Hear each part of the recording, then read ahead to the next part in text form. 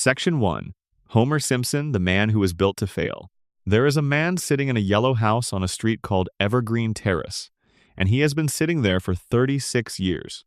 He is wearing the same white shirt he wore last week and the week before that, and every week going back further than most people in the room can personally remember. He has the same 5 o'clock shadow that never quite commits to becoming a beard, occupying the permanent middle distance between groomed and abandoned. He has the same glazed, half-lidded expression of someone who has not entirely decided whether to stay awake or surrender to the couch, which is, in a way, the same decision he has been not quite making his entire adult life. His hand reaches, almost reflexively, into a bag of chips or toward a can of beer, and the television flickers in front of him with whatever the episode requires it to show, and outside the window, the sky is whatever color the plot needs it to be. And he is comfortable. He is, in his own deeply specific and hard-won way, content. His name is Homer J. Simpson. He is 39 years old. He has been 39 years old since before most of his audience was born, and if you have spent any meaningful portion of your life watching this man stumble through Springfield, through nuclear near misses and family crises, and the various disasters that seem to find him with the reliability of a chronic condition, you probably think you know him. You know the catchphrase. You know the donut. You know the strangling. You know the job he keeps despite every rational cause for termination, the safety inspector at a nuclear power plant who once triggered a radioactive incident by throwing food into the reactor to observe whether it would grow larger.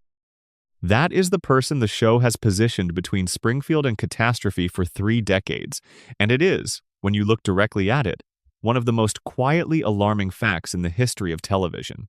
But here is the thing about Homer Simpson that most people never stop to consider.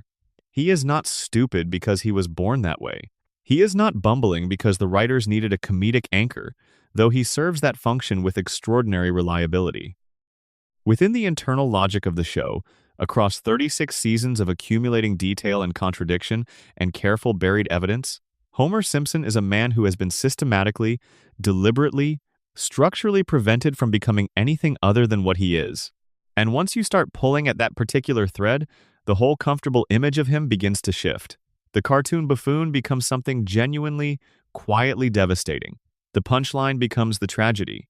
The joke reveals itself as the longest con in the history of American animated television. Let's begin at the beginning. Not the beginning of the show, which dropped us into Homer's life already fully formed and already working at the plant, but the actual beginning, Homer himself. Where he came from and what the world was doing to him before he was old enough to understand what the world was. Homer was born to Abraham Simpson and Mona Simpson, 2 people whose lives could not have been more different in their trajectories, and whose failure to remain a family would become the fault line running through everything Homer would ever be.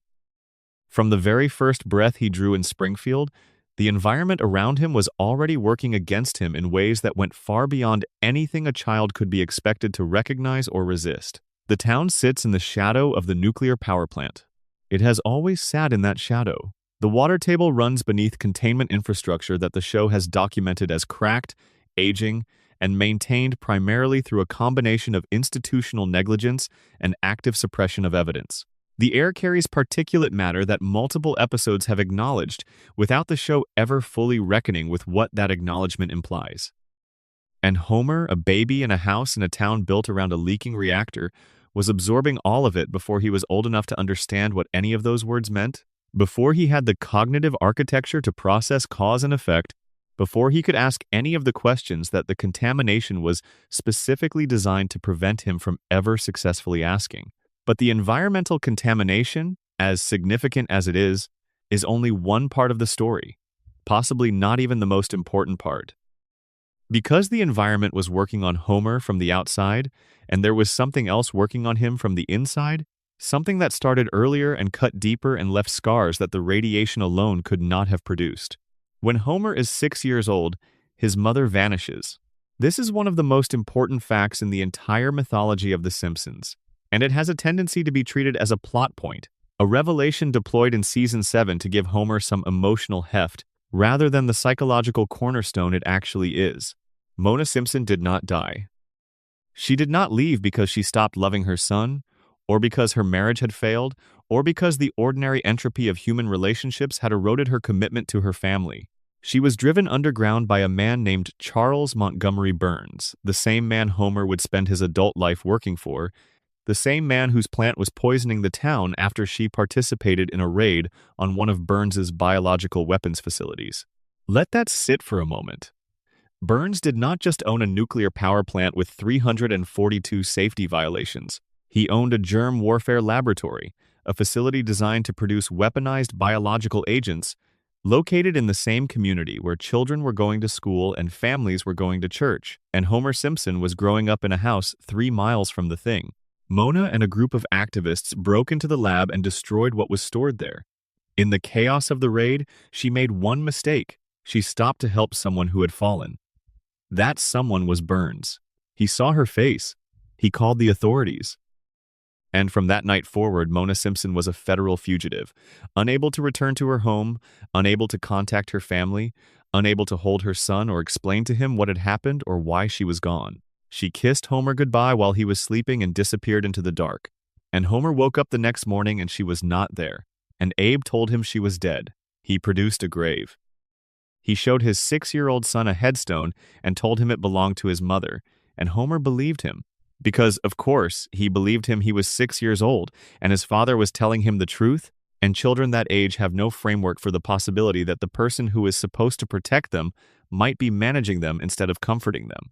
So Homer took the information in and organized his understanding of the world around it and carried it forward into every relationship and every interaction and every reaching out toward love and every terror of abandonment that would define him for the next 27 years.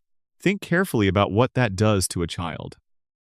Not the surface grief, which would be painful enough, but the specific shape of the damage it carves into the deep structure of a developing psyche. A child who loses a parent to death grieves in the imperfect, messy, non-linear way that children grieve, and eventually, with sufficient time and sufficient support, something like integration happens. The loss becomes part of the story rather than the whole story. The wound closes, or at least stops actively bleeding, and the child becomes a person who carries grief without being defined by it.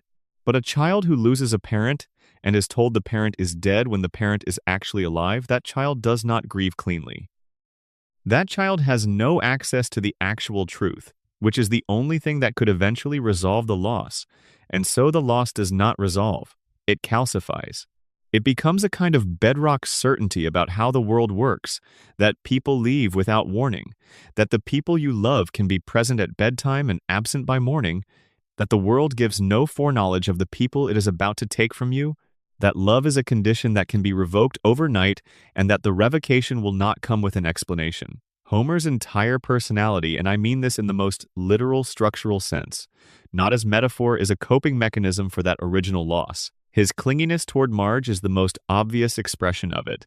Homer holds on to Marge with an intensity that the show sometimes plays as loving and sometimes as suffocating, but that is, at its root, the grip of someone who learned very young that the person you love most can be gone before you open your eyes. His need to be liked by everyone he meets, the desperate, almost embarrassing hunger for external validation that plays so often as comedy, is the direct expression of a child who concluded from one morning's evidence that he was the kind of person people left.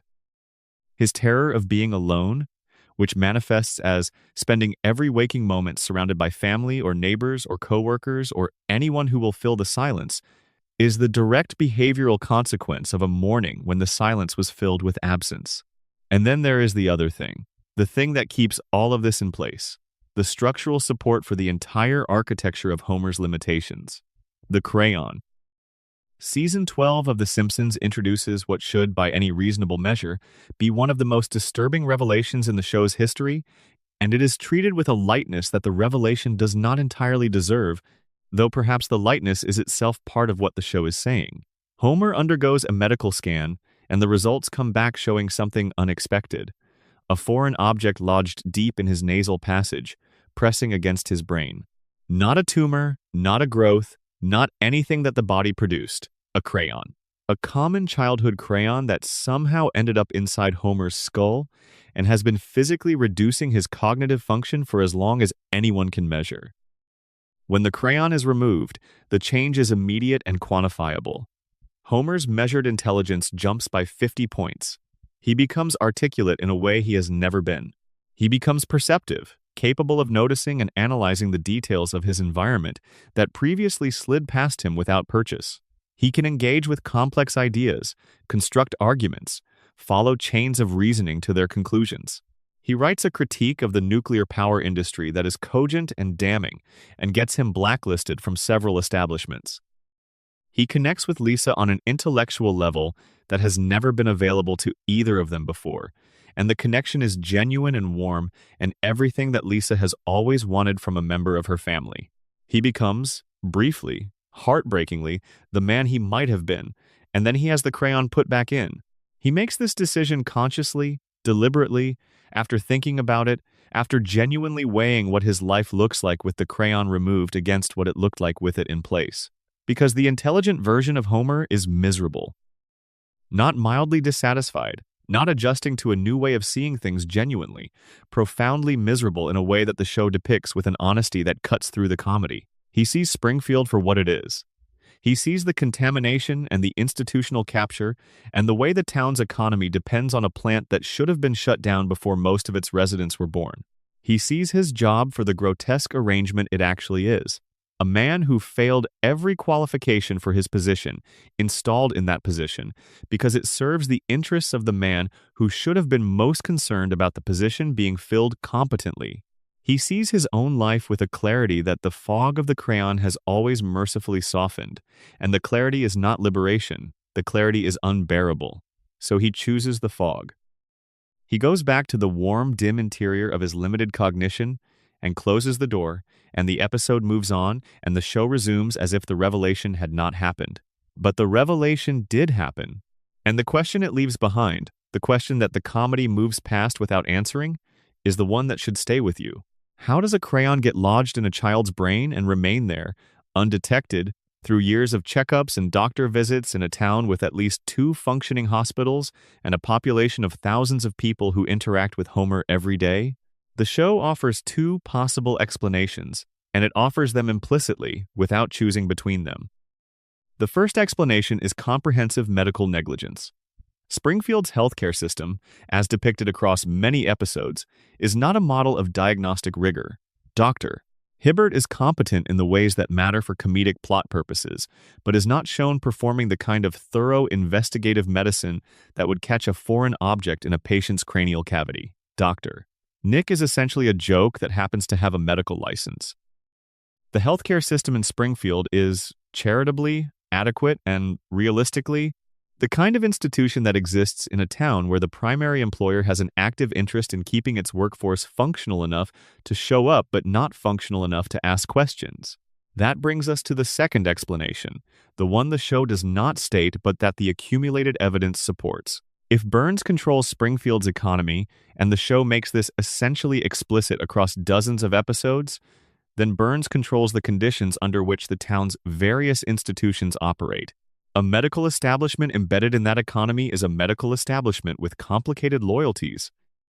And a medical establishment with complicated loyalties might, in certain specific cases involving certain specific patients who are, say, the children of women who destroyed Burns's weapons laboratory, and the employees whose continued incompetence serves the ongoing operation of Burns's nuclear plant, choose not to notice things that would be very inconvenient for the man who effectively signs their institutional leases. Homer's crayon is either evidence of spectacular structural negligence or evidence of something more deliberate. The show declines to choose. It shows you the X-ray and lets you sit with the image. Now consider the deal that the show reveals in later seasons. Grandpa Simpson, Abe, made a private arrangement with Burns at some point in the past. The details have varied slightly across different episodes' treatments, but the core is consistent.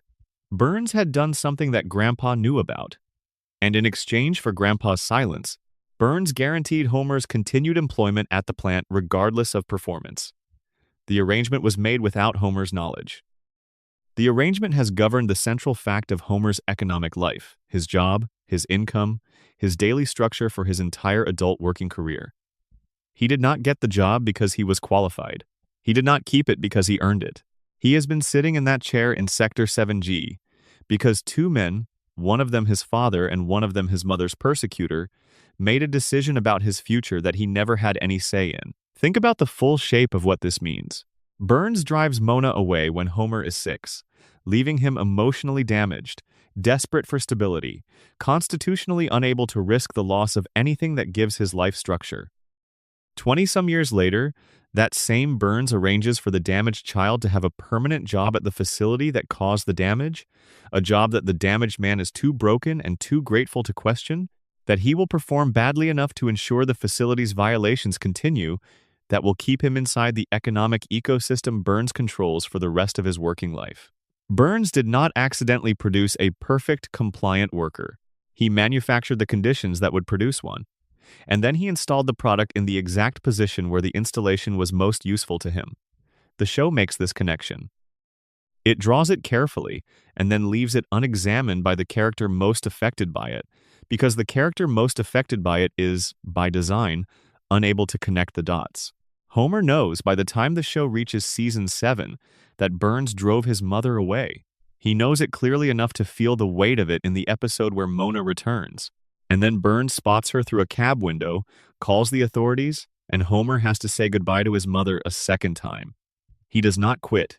He does not confront Burns. He does not appear to connect the man who signs his checks to the man who stole his childhood, and the show is careful about whether this is because Homer cannot make the connection, or because making the connection would require him to do something about it, and doing something about it would mean risking the stability that is the last defensive structure against the abandonment he has spent his entire life dreading. Both readings are available. Both are sad. The show knows this. There is one more element of the Homer theory that deserves extended consideration, and it is the element that connects most directly to the larger framework of Springfield as a place. Homer survives things that should kill him. Not occasionally, not in isolated moments of cartoon excess, but routinely and comprehensively, with a physical resilience that defies every reasonable biological standard. He has been electrocuted, shot, struck by vehicles at speeds that should be immediately fatal, fallen from heights that would kill any ordinary person several times over, and absorbed impacts that should have produced irreversible neurological damage even in a body that was otherwise undamaged. He recovers from all of it, sometimes within the same scene. He falls off a cliff and appears, lightly bandaged, in the next act. He is hit by a car, and the primary concern, within the show's universe, is about the car. The radiation theory has an explanation for this, and it is one of the most internally coherent explanations in the show's accumulated framework. If the contaminated environment of Springfield has been altering the biology of its residents for decades, and if those alterations affect different people in different ways, then Homer represents one particular expression of what prolonged nuclear exposure does to human tissue. His cognitive function has been reduced dramatically, measurably, in ways the show has documented with specificity, but his cellular regeneration has been enhanced. His pain threshold has been elevated to a point that borders on clinical impossibility. His ability to absorb and recover from physical trauma has been pushed well beyond anything that normal human biology would permit. The same agent that damaged his brain made the rest of him nearly indestructible. The coma theory offers a different explanation for the same observable fact. If Homer has been unconscious since April 1993, if everything since the vending machine fell is the product of a dreaming mind rather than a waking life, then Homer's physical survival in the dream is not biological at all. His body, the actual one, is in a hospital bed.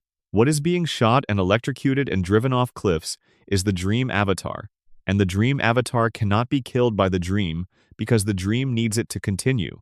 Homer survives because the dream cannot produce the one outcome that would end it. Both theories arrive at the same external fact through different internal logics, and the fact is this: Homer Simpson is immune to consequences in a way that no person in the real world ever fully is. Things happen to him and they stop having happened. He falls and then he is standing. He is hurt and then he is healed. He loses and somehow, without the show ever quite showing you the mechanism, he has not lost. And this connects, finally, to the deepest layer of the Homer theory. Not the radiation and not the coma and not the crayon and not the deal. The deepest layer is this: Homer Simpson is the load-bearing wall of Springfield. He is the gravitational point around which the entire world of the show organizes itself. His stupidity enables Burns's plant. His emotional dependency enables Marge's role. His survival enables the show's continuation. Without Homer, in a very literal structural sense, none of the rest of it holds together. He is 39 years old and he always will be. He will eat his donut and drink his duff and fall asleep on the couch and wake up in time for the next episode. He will be the same man he was yesterday, and the same man he will be tomorrow, preserved in the amber of his particular damage, sustained by whatever combination of radiation and dreaming and collective agreement keeps Springfield from aging.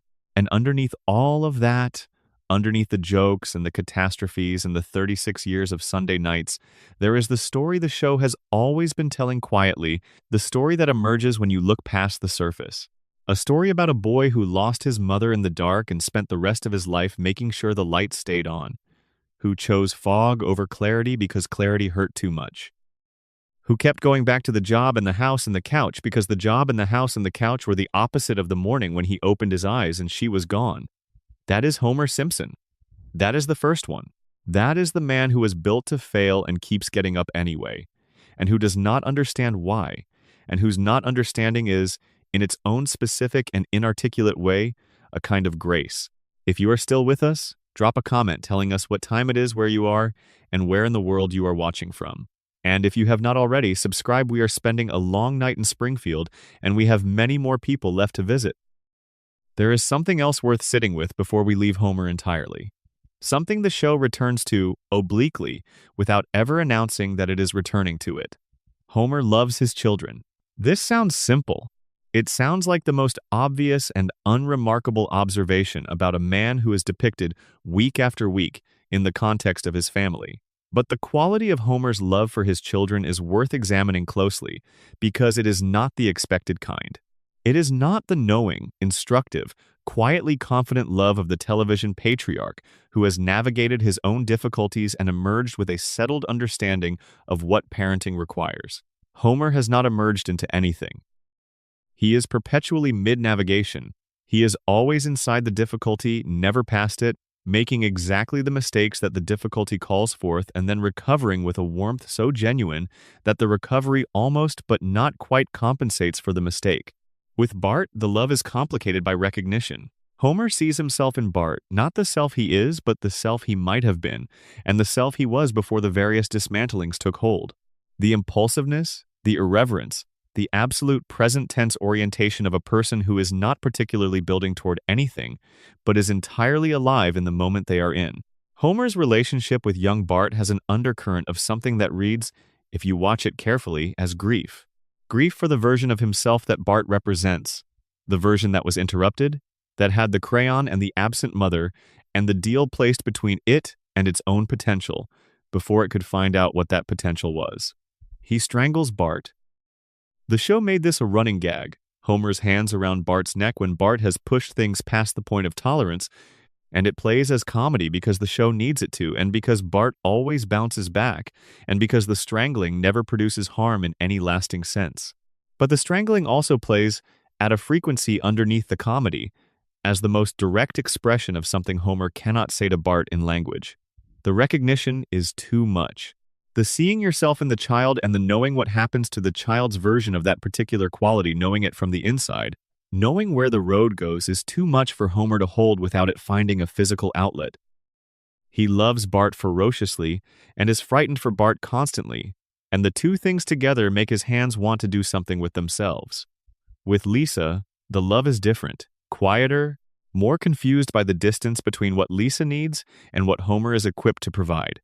Lisa is not a smaller version of Homer. She is the opposite of Homer in almost every dimension that can be measured. Where he is instinctive, she is analytical. Where he is immediate, she is considered. Where he is comfortable, she is troubled. Where he has found his level, she is still looking for hers. The distance between them should make the love conditional or attenuated, should produce a father-daughter relationship organized around tolerance rather than connection. It does not. What Homer feels for Lisa crosses the distance entirely, in ways that Homer himself cannot explain because he does not have the cognitive architecture for the explanation.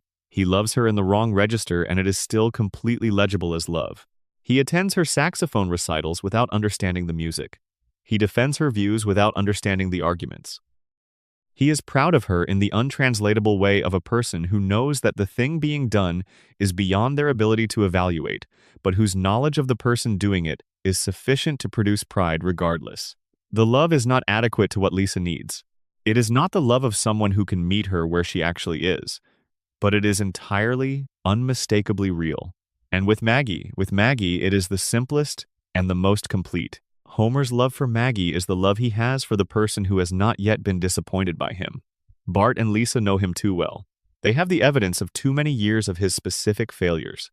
Maggie knows only the warmth, the physical presence, the man who is simply there and large and safe in the way that all children need their primary caregivers to be safe before they become old enough to register the ways the caregiver is not. Homer holds Maggie with the gentleness of someone who understands, dimly but correctly, that this is the version of himself he most wants her to know.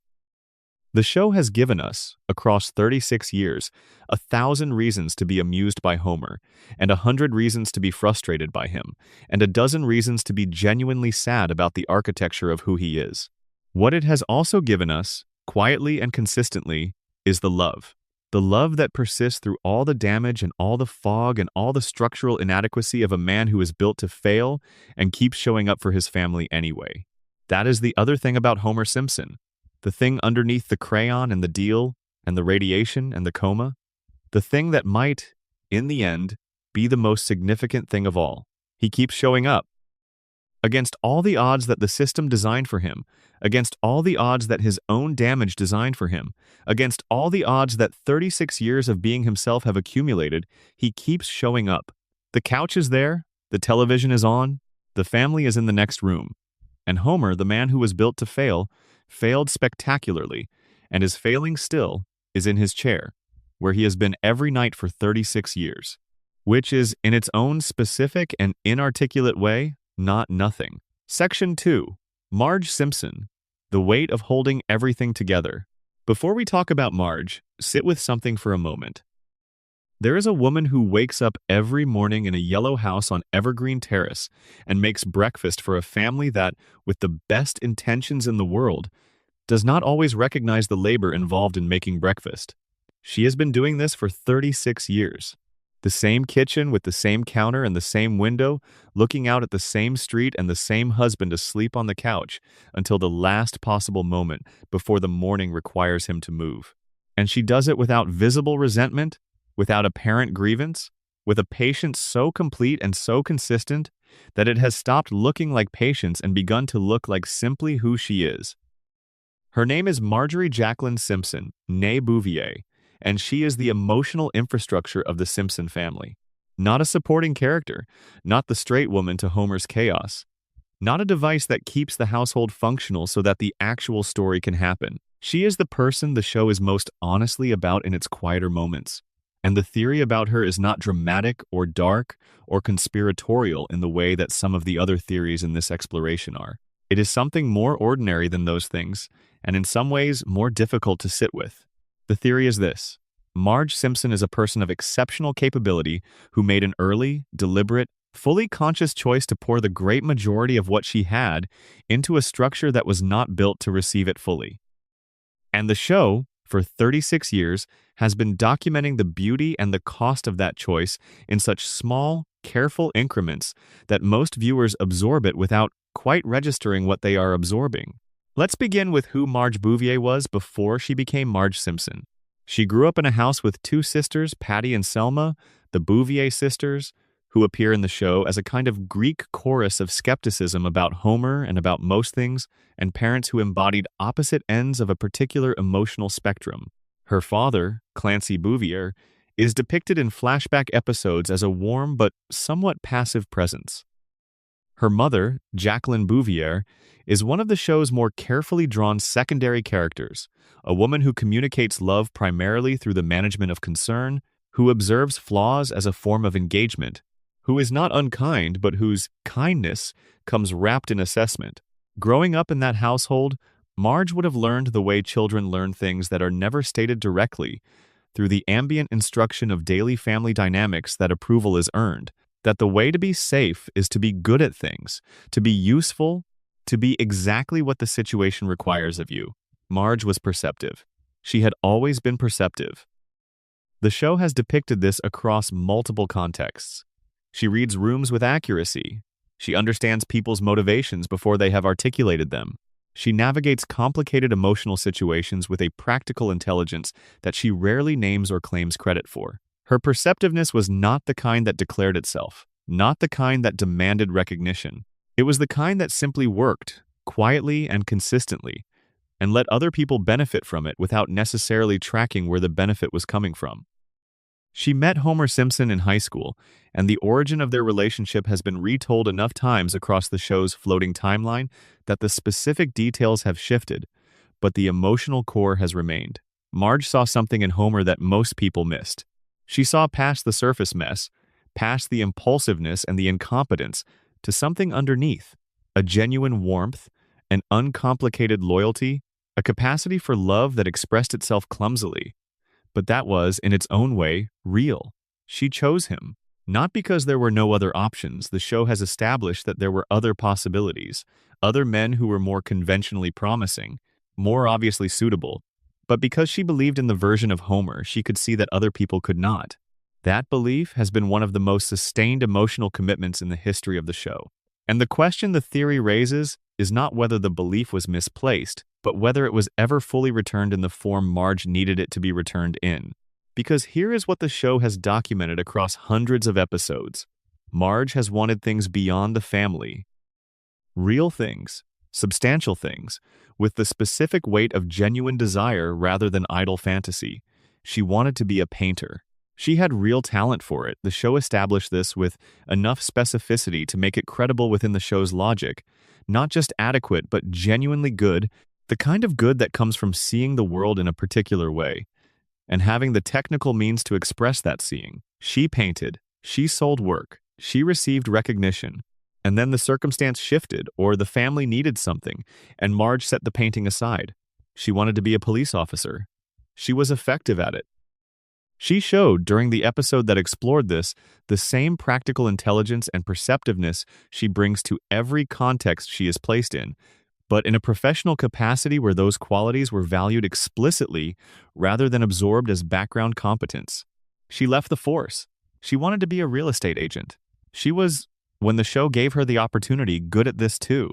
She wanted to write a novel, to run a business, to develop a professional identity that existed independently of her role within the family structure. Each of these things was set aside. Not always dramatically, not always with obvious sacrifice, the exits were usually quieter than that, conducted in the particular way Marge does most things, with a consideration for other people's needs that arrives faster than her consideration for her own. The family needed stability. Homer's situation created a crisis. The circumstance called for redirection, and Marge redirected. The show lingers after these moments. Not long enough to editorialize, not long enough to tell you how to feel about what you just watched, but long enough that the information is there if you are paying attention. A beat after the decision. A moment of Marge's face after the choice has been made, before the plot moves on to the next thing it needs to do. Not the face of a woman who is devastated by what she has chosen. Not the face of a woman who resents her family or her life. The face of a woman who is aware of what she has done, who has counted the cost, who is carrying the weight of the choice consciously and has made a decision about how to carry it. The anxiety is the most honest evidence of what the carrying costs. Marge has a documented anxiety condition. The show has addressed it directly enough, across enough separate contexts, that it constitutes a genuine part of her characterization rather than an isolated plot point. She has described the feeling of pressure from outside, a persistent low-grade weight that she manages through routine, through the maintenance of order in her physical environment, through the control of variables that can be controlled as a buffer against the variables that cannot. The clean house is not aesthetic preference. The organized kitchen, the reliable meal schedule, the predictable structure of her days. These are the management tools of someone who has found that external order is the most effective available technology for managing internal disorder. The disorder comes from somewhere, and the theory asks you to consider where. Her mother's particular style of love, conditional, management adjacent, delivered through the medium of concern and observation, would have established certain things in Marge's developmental understanding of how love works. That it must be maintained through performance. That the performance involves being useful, being competent, being exactly what is needed. That the cost of being less than that is some version of the approval being withdrawn. This is not a conscious framework. Nobody sits down and explicitly decides to organize their emotional life this way.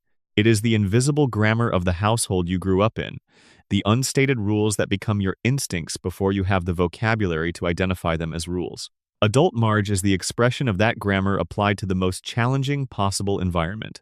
Her household is not a quiet, stable place where good management produces predictable results. Her household contains Homer, who is a force of entropy with a very strong personality. It contains Bart, who is constitutionally committed to testing every boundary Marge tries to establish. It contains Lisa, who generates her own kind of low-level crisis through the specific friction of being highly intelligent in an environment that does not always know what to do with her. And it contains Maggie, who is, as we will come to understand later in this exploration, something considerably more complicated than a baby. Managing this household for 36 years has required of Marge a sustained deployment of capability that most organizational structures would label extraordinary. And she has done it largely without the infrastructure that makes large-scale management sustainable. Clear role delineation, shared responsibility, explicit acknowledgement of labor, the kind of reciprocal support that allows a person to give substantially without depleting. Homer loves her. This is unambiguous, and the show returns to it with genuine warmth in some of its best moments. But Homer's love is not always expressed in the ways that allow Marge to receive it as love. It is frequently expressed as need, his need for her, his dependency on her, his experience of her as the stable center around which his life organizes itself. The love is real. The way it lands is not always what Marge most needs. There is a famous episode where Marge essentially stops managing the household. She takes a break from the invisible labor, from the holding together, and within a very short time, the household begins to deteriorate in ways that are played primarily for comedy but that constitute, if you are watching them clinically, a fairly comprehensive catalog of exactly how much work Marge has been doing that no one was tracking as work. The children cannot locate their things. Homer cannot navigate the basic requirements of the morning. The house develops the particular entropy of a system whose organizing intelligence has temporarily stepped out. And then Marge returns, and the entropy reverses, and the household reassembles itself around her re-engagement, and the episode moves on. But what remains, if you were paying attention, is the information. The information about what was happening when it appeared that nothing was happening. The work that was invisible because it was continuous, that was unnoticed because it never failed, that became background noise precisely because it was done so well. The theory about Marge includes a dimension that the radiation framework offers, and it is worth considering. If Springfield's contaminated environment produces mutations that affect different residents in different ways, then Marge's particular mutation might not be biological in the usual sense. It might be psychological. The extraordinary emotional endurance she displays, the threshold for frustration that virtually never breaks, the stability that persists through circumstances that would destabilize most people, might be the expression of the same underlying alteration that produced Homer's near-physical indestructibility, but directed through a different system. Homer's mutation expressed itself in his body. Marge's, in this reading, expressed itself in her emotional architecture. She has been pushed by this family through situations that most people could not endure without breaking. Financial crises, repeated and serious. A husband whose decisions have cost her real things, real opportunities, real peace of mind on a recurring basis. Children whose various intensities have required of her a sustained and sophisticated engagement that does not ease with time. And through all of it, she has maintained. She has not broken. Or nearly not broken. The gambling episode sits in the show's archive with a weight that the comedy framing cannot entirely contain. Marge develops a gambling addiction, and the show handles it with a seriousness that feels slightly out of register with the surrounding episodes, as though the writers were briefly allowing the character the full weight of what she is actually experiencing. The slot machines give Marge something that the careful management of everything gives her very little of: genuine uncertainty. The release of not being in control, of not being the one who is supposed to know how the outcome will turn out. The slot machine does not need her to manage it. It does not depend on her.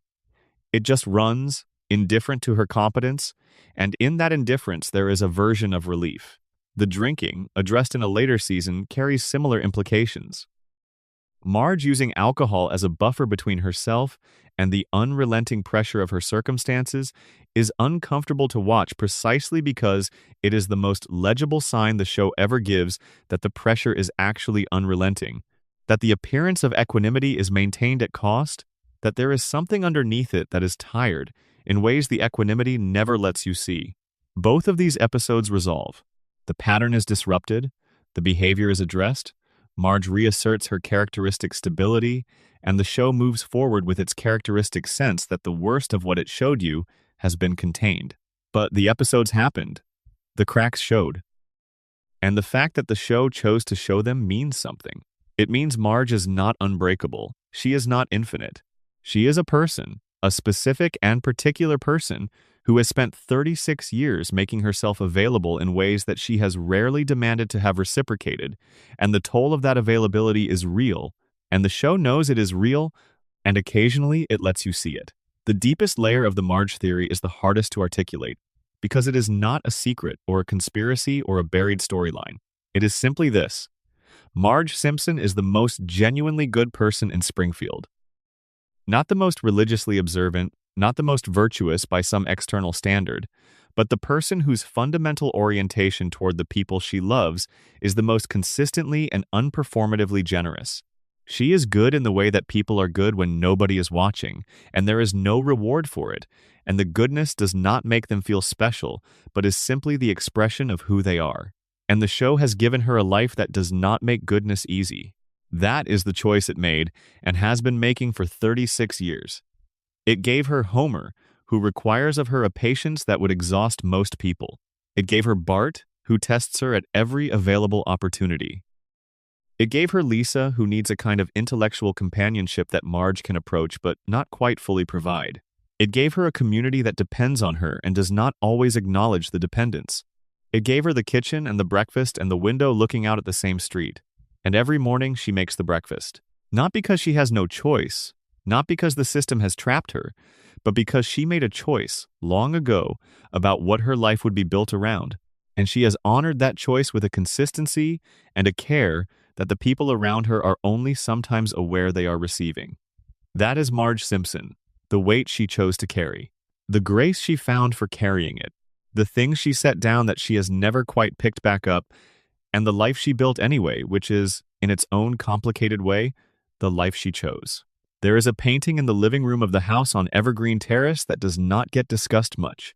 It is not an important painting by any objective measure.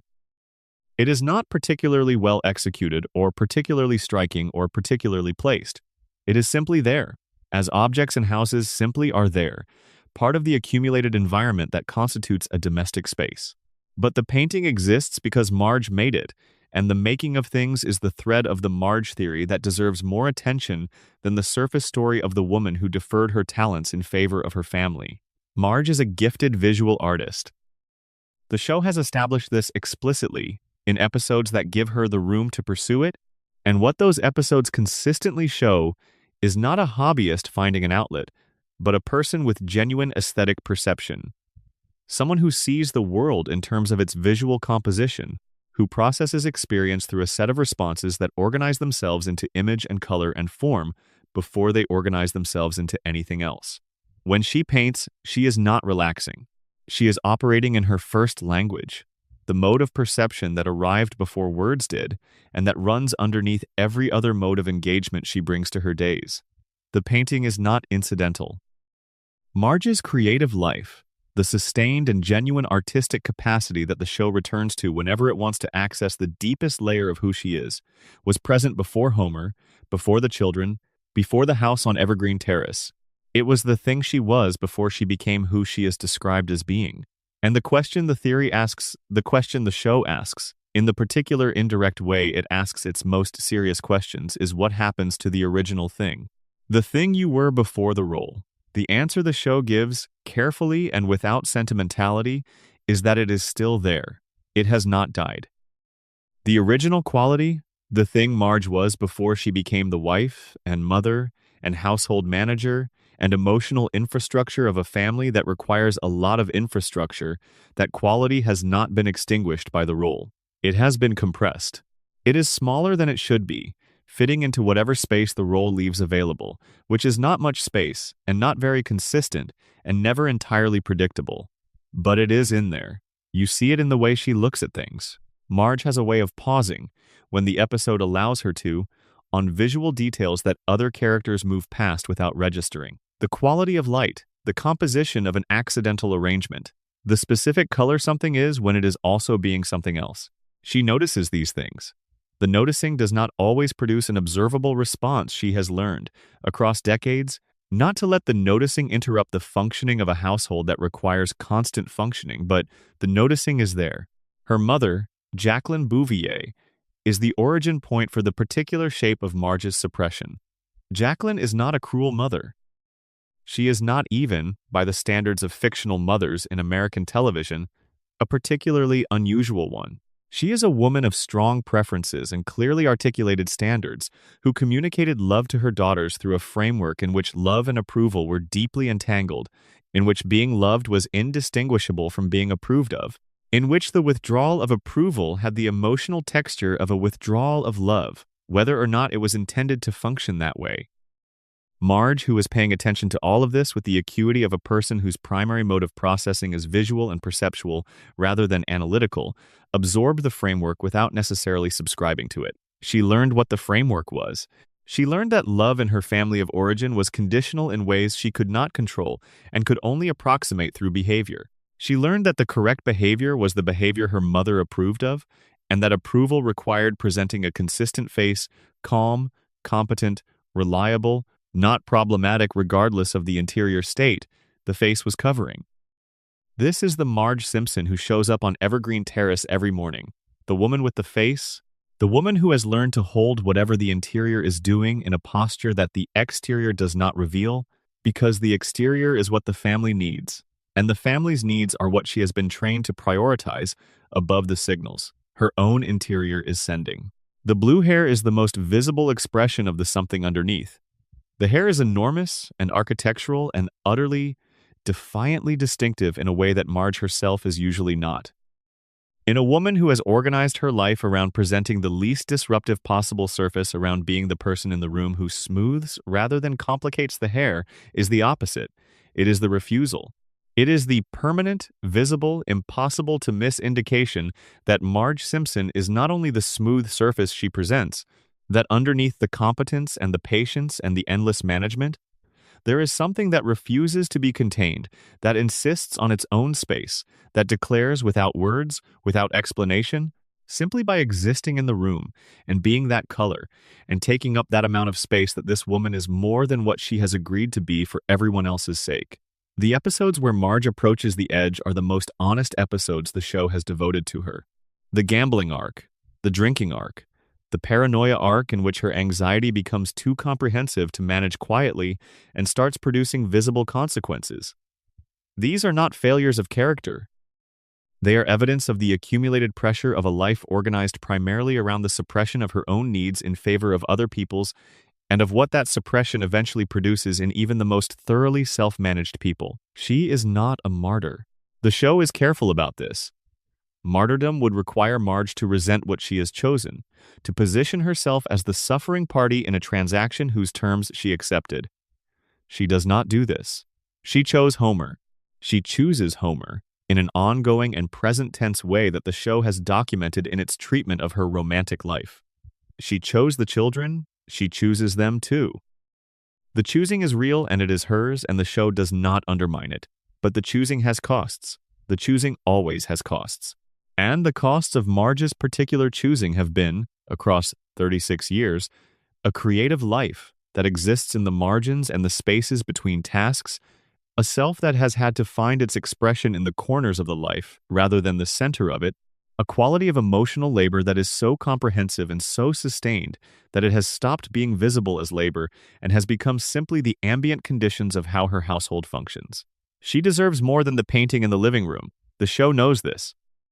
She knows this in the quiet moments when the kitchen is empty and the family is asleep and the house is as close to silent as it ever gets.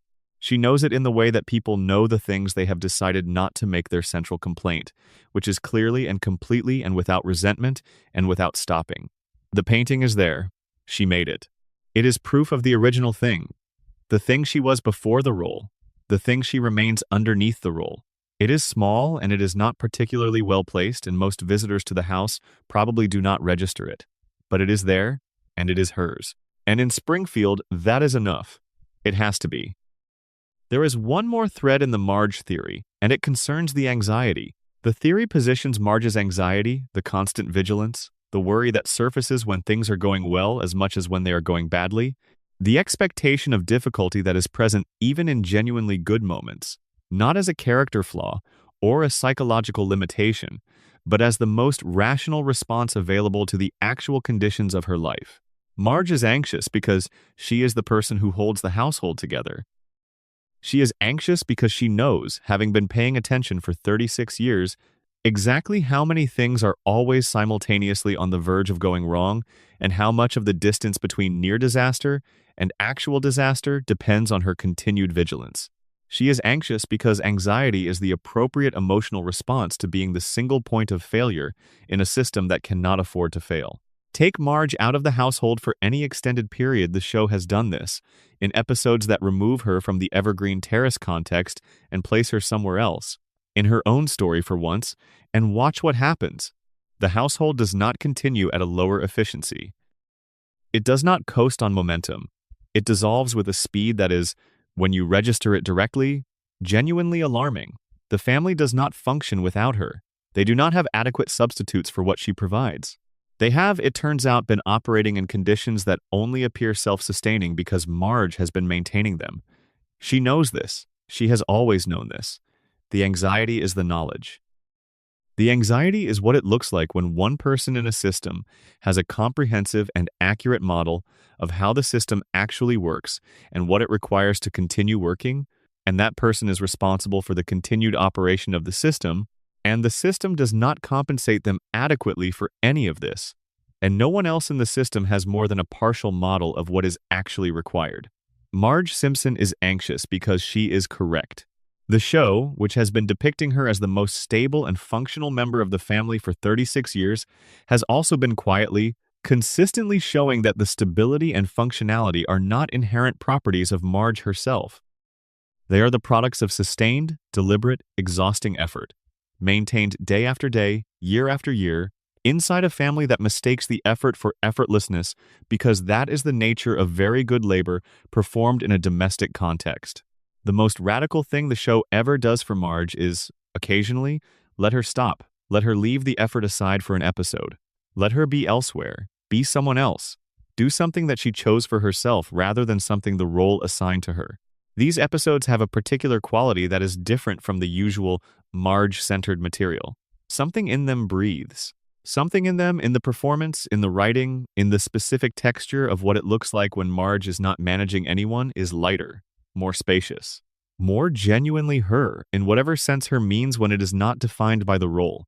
She always comes back. The role always reassembles. This is Springfield. The loop holds. But those episodes leave something behind, a residue of the Marge who might have been the painter and the police officer and the real estate agent and the entrepreneur and all the other people the show has briefly allowed her to try, and the knowledge, accumulated across all of those brief trials, that the original thing is still intact, still present, still capable of full expression, if the space were made for it. The space is not made for it. Not enough. Not consistently.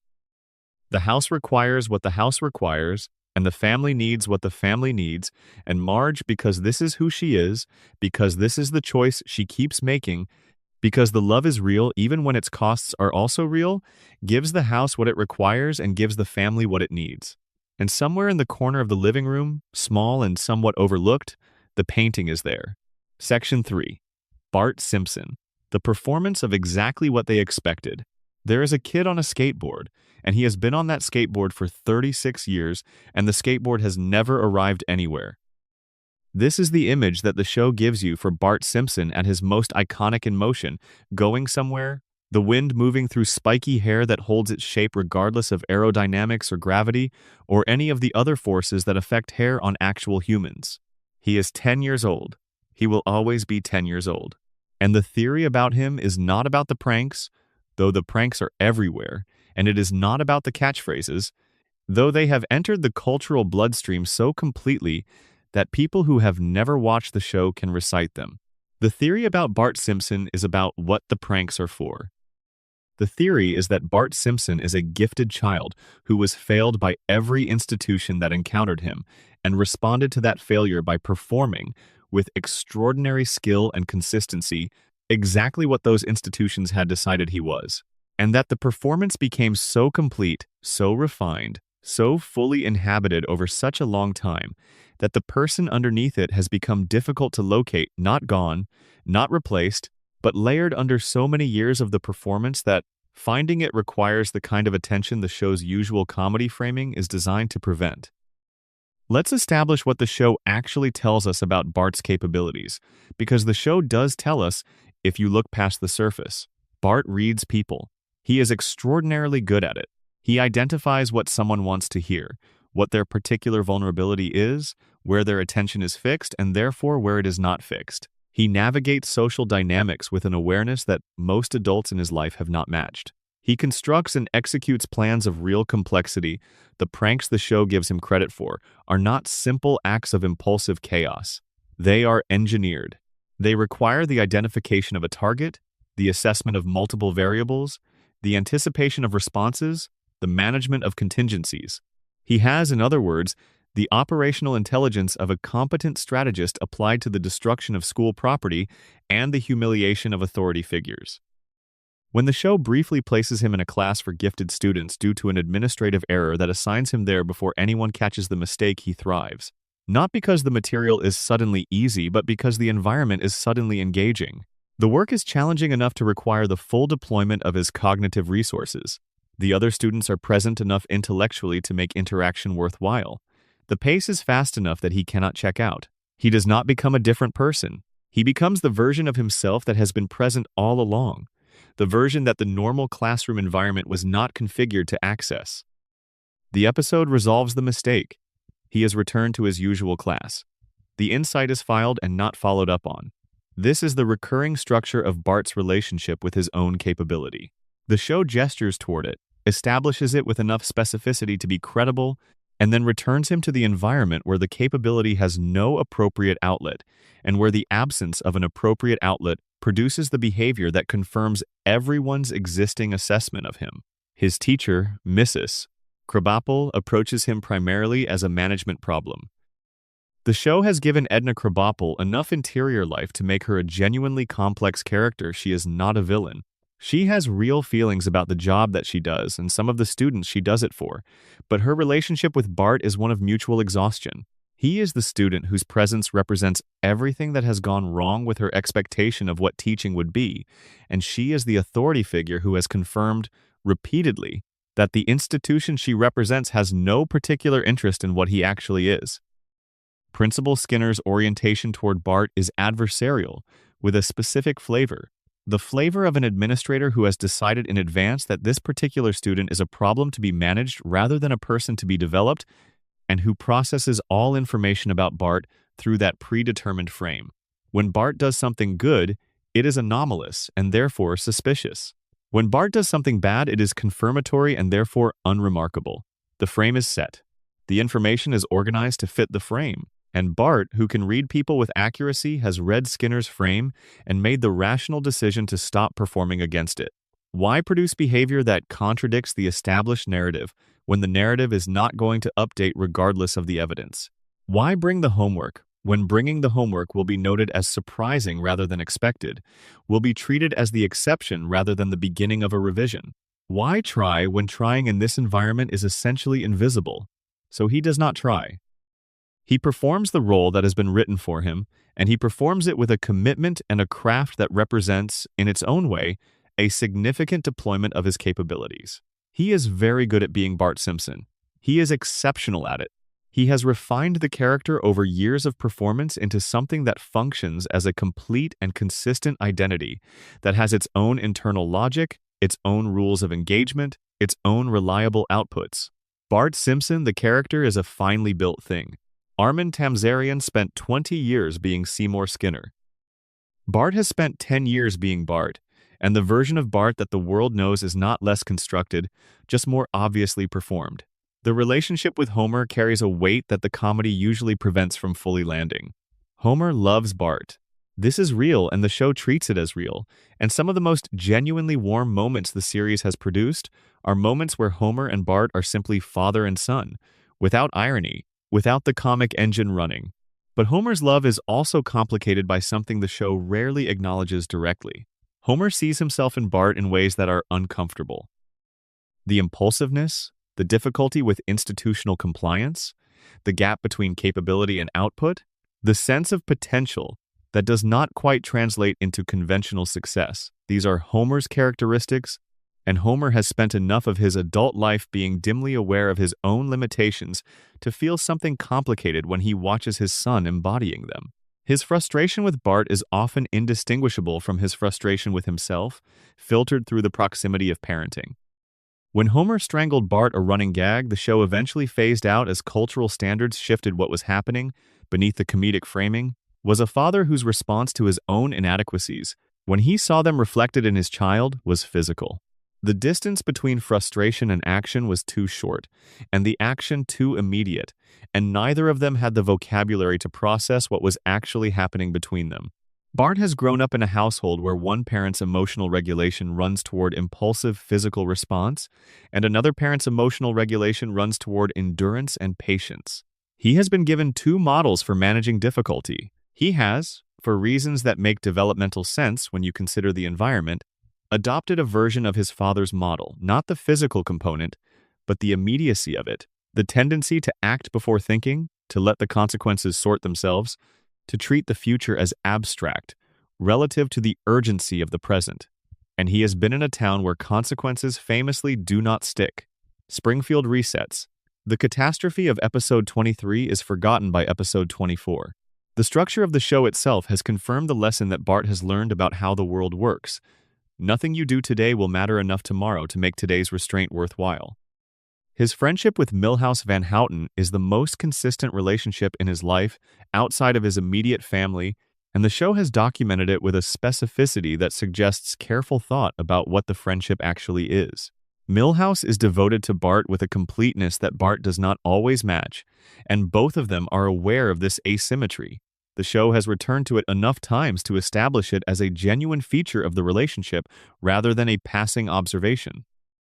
Bart receives more from Milhouse than he gives back, and the show has occasionally let him be aware of this in ways that produce in him something that is not quite guilt, but is in its vicinity a recognition that the accounting does not balance, held without the willingness to change the accounting.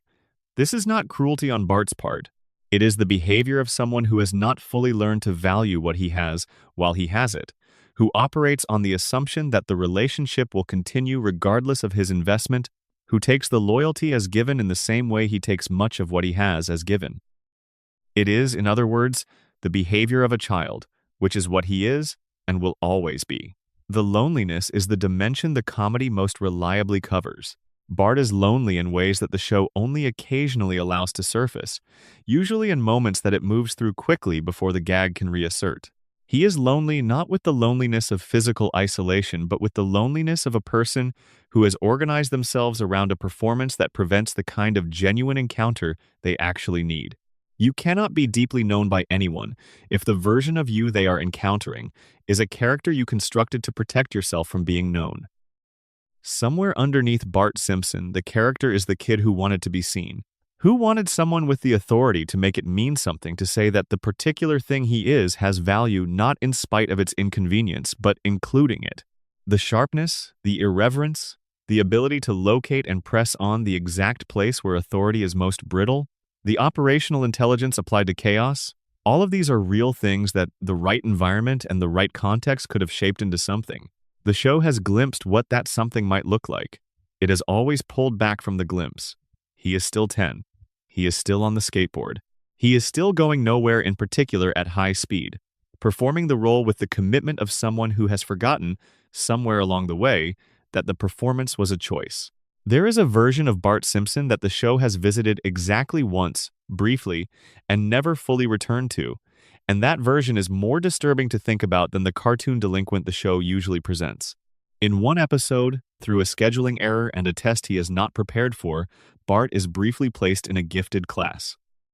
The error is corrected quickly. The show cannot afford to resolve the productive tension of Bart's institutionalized failure, but in the time between the placement and the correction, something happens that the comedy framing barely contains. Bart is good at it. He is not just surviving the accelerated material. He is engaged by it in a way that his regular classroom has never managed to engage him, responding to the challenge with the attention and the genuine intellectual appetite that the Springfield elementary curriculum has never given him a reason to deploy. He is curious. He is present. He is, and this is the word that makes the episode uncomfortable to sit with, interested. In school, in the material, in the act of learning.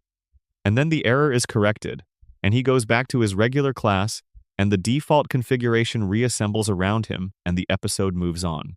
The theory about Bart uses this episode as its most direct evidence. What the episode shows is that Bart's academic failure is not the inevitable expression of who Bart is. It is the inevitable expression of who Bart is in the specific conditions the standard curriculum provides. Change the conditions, increase the challenge, remove the assumption of failure, treat the student as someone whose engagement is worth pursuing, rather than someone whose management is the primary institutional concern. And Bart responds. Not perfectly, not without the particular Bart-specific chaos that accompanies everything he does, but genuinely, and in a way that reveals a mind with real capability operating beneath the performance of incompetence. The performance of incompetence is the most important concept in the Bart theory. Bart has been told, by teachers and administrators, and the accumulated institutional momentum of his educational career, that he is a specific kind of student, a problem student, a failing student, a student who requires management rather than engagement. He received this message early enough that it became definitional. He is not a student who is currently failing. He is a failing student. The failure is not a temporary condition he is moving through. It is the category into which he has been sorted, and the category organizes how every adult in the institutional system relates to him, and the relationship organized around the category produces the behavior that confirms it. This is called a self-fulfilling prophecy in educational psychology, and The Simpsons has been depicting one with unusual fidelity for 36 years. Bart also skateboarded his way into the hearts of a generation, not because he was cool, though he was, in the very specific way of a cultural moment that needed an icon of anarchic childhood, but because he was free. He moved through space on 4 wheels with the confidence of someone who has decided that the rules about where you are allowed to go and at what speed are advisory rather than binding. The skateboard is Bart's expression of the thing the school has tried to suppress, the insistence on existing in his own way, at his own pace, in the direction he chooses rather than the direction the institution has marked out for him. Watch him on the skateboard, and then watch him in the classroom. 2 completely different people, or rather the same person operating from 2 completely different registers. The classroom person is the performance of failure, maintained with as much energy as actual learning would require. The skateboard person is what is underneath the performance, fluid, confident, operating at full capacity in a domain that the institution has never attempted to assess. He is 10 years old. He has been 10 years old for 36 years. Whatever Bart was going to become, and the show has occasionally offered glimpses of what adult Bart looks like, in flash-forward episodes of varying canonicity has been perpetually deferred. He is always just at the beginning, always facing the next school year with the same failed student identity and the same institutional relationship and the same performance of the same expectations, and underneath it, the gifted class. The kid who is engaged, the mind that the accelerated material reached, briefly, before the error was corrected. That kid is still in there. The show has never resolved the contradiction. It does not resolve it. It uses it, carefully and consistently, as the thing that makes Bart more than a cartoon delinquent. He is a portrait of what happens when capable people are sorted into failing categories early enough that the sorting becomes the identity. He is the most ordinary tragedy in the show, and the most common one in the actual world. A child who was not failed once but persistently, institutionally, across every context that was supposed to serve him. The genuine friendship with Milhouse is worth examining in this context. Milhouse is Bart's most consistent relationship, the one that has persisted through every episode and every reset and every catastrophe, and it is asymmetric in ways that Bart occasionally registers with what looks like guilt. Milhouse would do anything for Bart. He has done essentially everything for Bart at various points in the show's run, often at significant cost to himself, and the pattern has not changed his availability for the next request. Bart knows this and does not fully respect it, and the show knows that he does not fully respect it, and has never allowed this knowledge to produce the change it might logically produce. Bart will always ask too much of Milhouse. Milhouse will always say yes, and Bart will always fail to match that loyalty with equivalent investment, not because he does not value Milhouse, but because the show needs the imbalance, because the imbalance is the most honest account the show has of what Bart's particular damage does in close relationships. He knows how to be cared for. He does not fully know how to reciprocate. This is the educational failure replicated in miniature in his most intimate relationship. The person who was never taught that his investment was worth something, who performed failure because failure was expected, who received Milhouse's complete devotion and returned approximately 60% of it on the best days, simply because returning 100% was not in the architecture of who he had learned to be. Section 4. Lisa Simpson. The clarity that costs everything. In a house that generates a steady ambient level of chaos, there is a room that is quieter than the others. The room belongs to Lisa Simpson, and the quietness is not absence. It is full of books and political maps, and the saxophone. That is the most accurate instrument the show has for depicting what Lisa's interior life sounds like. She is 8 years old, and she has been 8 years old for 36 years, and she is the most isolated person in Springfield, and the theory about her is the one that does not resolve, that does not offer the satisfaction of a conspiracy or the elegance of a unified explanation, that just sits there in the archive of the show, episode after episode, quietly and undeniably true. Lisa Simpson sees things accurately. That is the whole theory. She sees things accurately in a place that has organized itself around not seeing things accurately, and the cost of that clarity, accumulated across 36 years and hundreds of episodes, is the most sustained emotional argument the show has ever made. Let's be precise about what seeing accurately means in Lisa's case. It is not that she has access to information that other people lack. Much of what she sees is available to anyone willing to look at it. The environmental contamination is documented. The institutional failures are visible. The corruption running through Springfield's civic structure is not hidden in any rigorous sense. It is more accurately described as unexamined, allowed to persist because the people who would have to examine it are the same people who benefit from not examining it. What Lisa has is not access to hidden information. What Lisa has is the inability to not examine things. The refusal to apply the comfortable interpretive frame that most people in Springfield have adopted as their standard operating procedure. She sees a three-eyed fish and cannot not think about what produces three-eyed fish. She hears about the power plant's safety record and cannot not register what that record implies about the water she drinks and the air she breathes. She watches the adults around her make decisions that sacrifice long-term well-being for short-term convenience, and she cannot not notice the trade she is watching them make. Her perception is not a gift she can set down. It is the structure of her consciousness, and it runs automatically, and it produces output she has to do something with. She usually tries to say it out loud. This is the choice that defines her. The alternative, Maggie's alternative, which we will come to, is to see everything and say nothing. To let the perception go somewhere private and act on it only when acting on it is strategically advantageous. Lisa has not made that choice.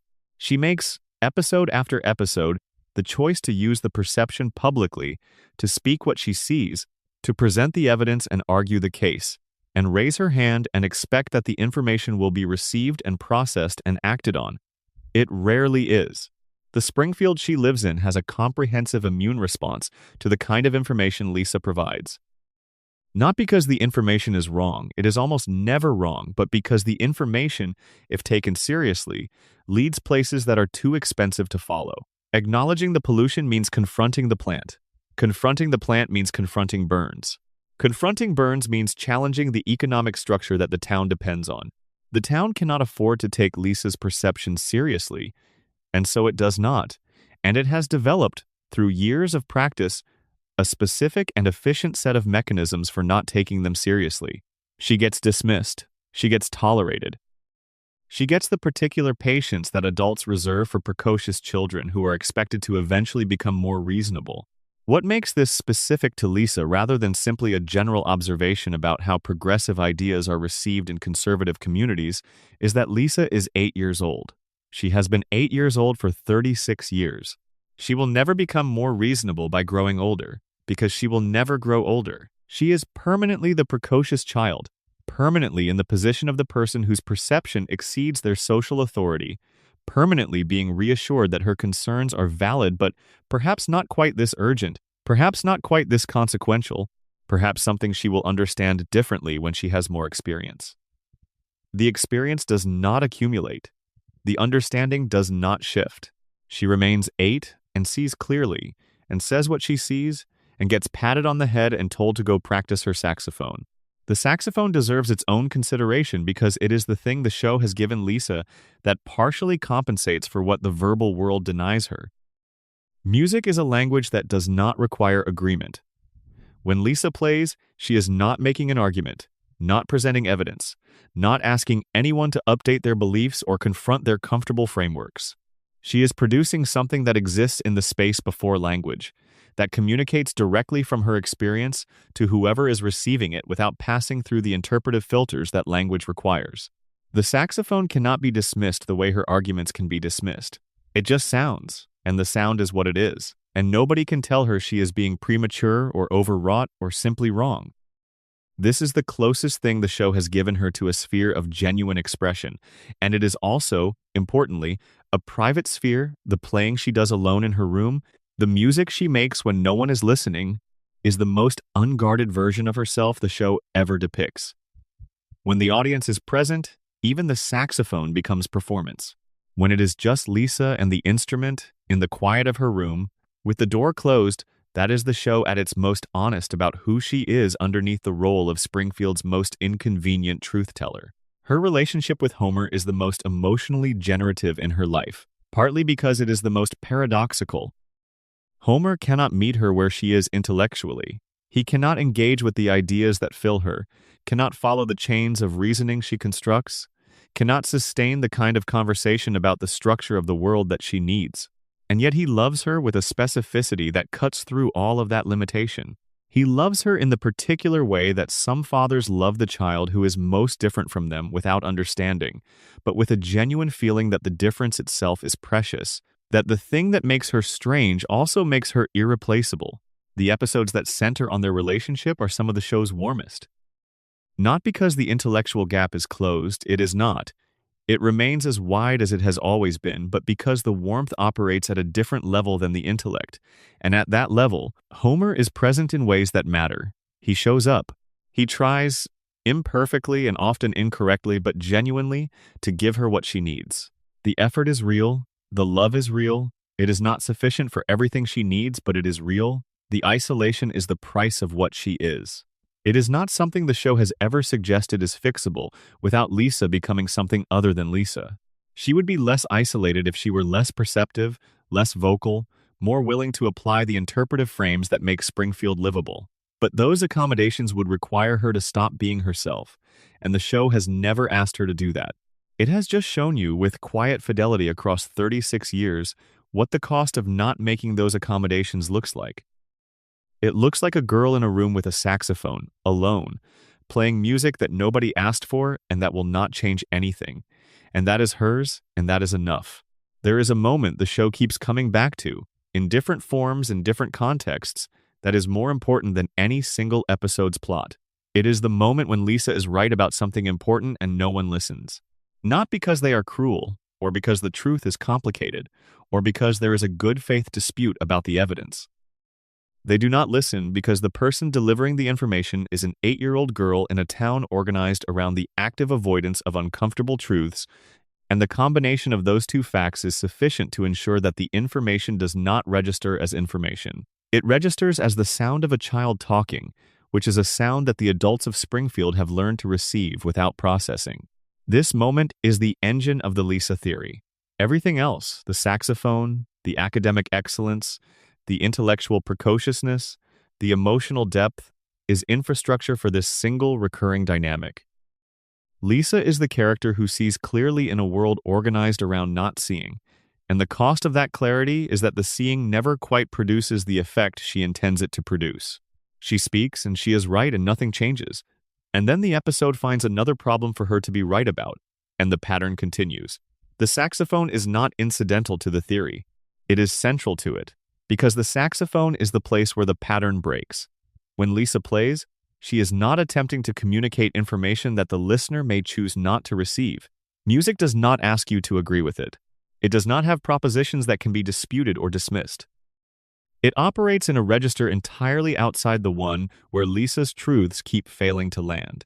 The saxophone reaches the people who cannot follow her reasoning, not because their reasoning capacity is insufficient, but because the reasoning is not the mode of connection they have available to them. Homer is the clearest case.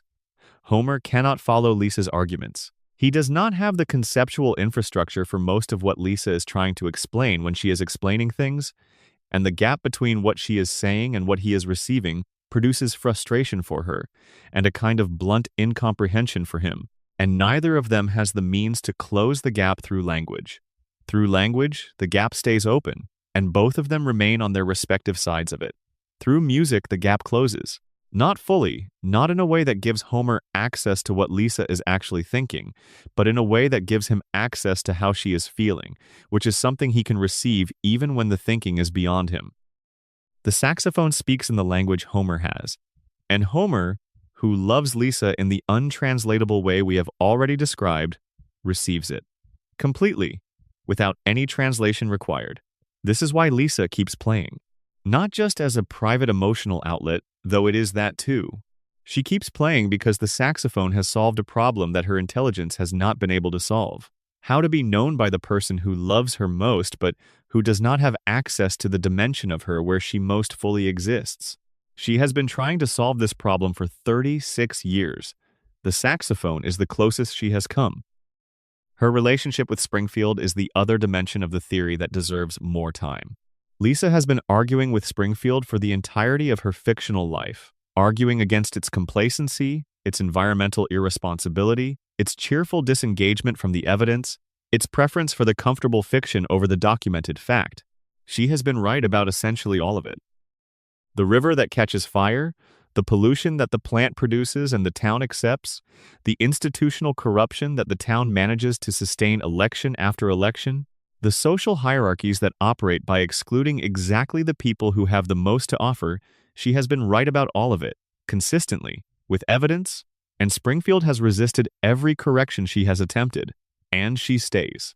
The theory holds that Lisa's remaining in Springfield, her not leaving, not finding the community of people who can meet her at her level, and sustaining herself there rather than in a town that systematically undervalues her, is the most interesting choice in the show. More interesting in some ways than Homer's failures, or Marge's sacrifices, or any of the other central dynamics. Because Lisa has the intelligence and the perception to understand exactly what Springfield is doing to her, she is not unaware of the cost. She has computed the cost, with the precision she brings to everything she computes, and she stays anyway. Why? The show suggests several things. The family, which she loves despite the ways it fails to see her, and which loves her despite the ways it fails to understand her. The saxophone, which exists in her room, in her house, on her street. The particular quality of being known in a place, even imperfectly, even by people whose knowing is incomplete. The deep, specific comfort of being somewhere that has your name, even if it cannot quite hold your full self. She is staying because something in Springfield has her name. Because the people who love her badly are the people who love her. Because the world outside Springfield, while it might contain communities more capable of receiving who she is, does not contain the people she would be leaving behind. Because home is complicated in exactly the way that everywhere else is not, and the complication is, in its terrible way, a kind of intimacy. She plays the saxophone. She argues her arguments. She watches them fail to change things, and then she identifies the next thing that needs changing, and she argues that. She is not a naive optimist. She is not a person who has failed to notice that her arguments do not produce the results she intends. She has noticed. She has been noticing for 36 years. She argues anyway. This is the thing about Lisa that the show has been building toward. Slowly, without any moment of explicit arrival. The transformation of someone who argues because the arguments might work into someone who argues because the arguing is what she does, because being the person who says the true thing is her specific way of being present in the world, regardless of whether the saying changes anything. She has crossed some invisible threshold from hoping the words will land to simply needing to speak them. The speaking is the point, the accuracy is the point, the refusal to pretend that she cannot see what she can see, that is the point. She is 8 years old, and she always will be. She is too old for the world she lives in and always will be. The saxophone will wait for her in her room. The next argument will present itself tomorrow. She will make the argument. She will be right. Most people will not listen. She will play the saxophone. The moon over Springfield will be whatever color the episode needs it to be. Section 5. Maggie Simpson, the silence that sees everything. The quietest person in the loudest family in Springfield is also, according to the theory that the evidence most strongly supports, the most intelligent.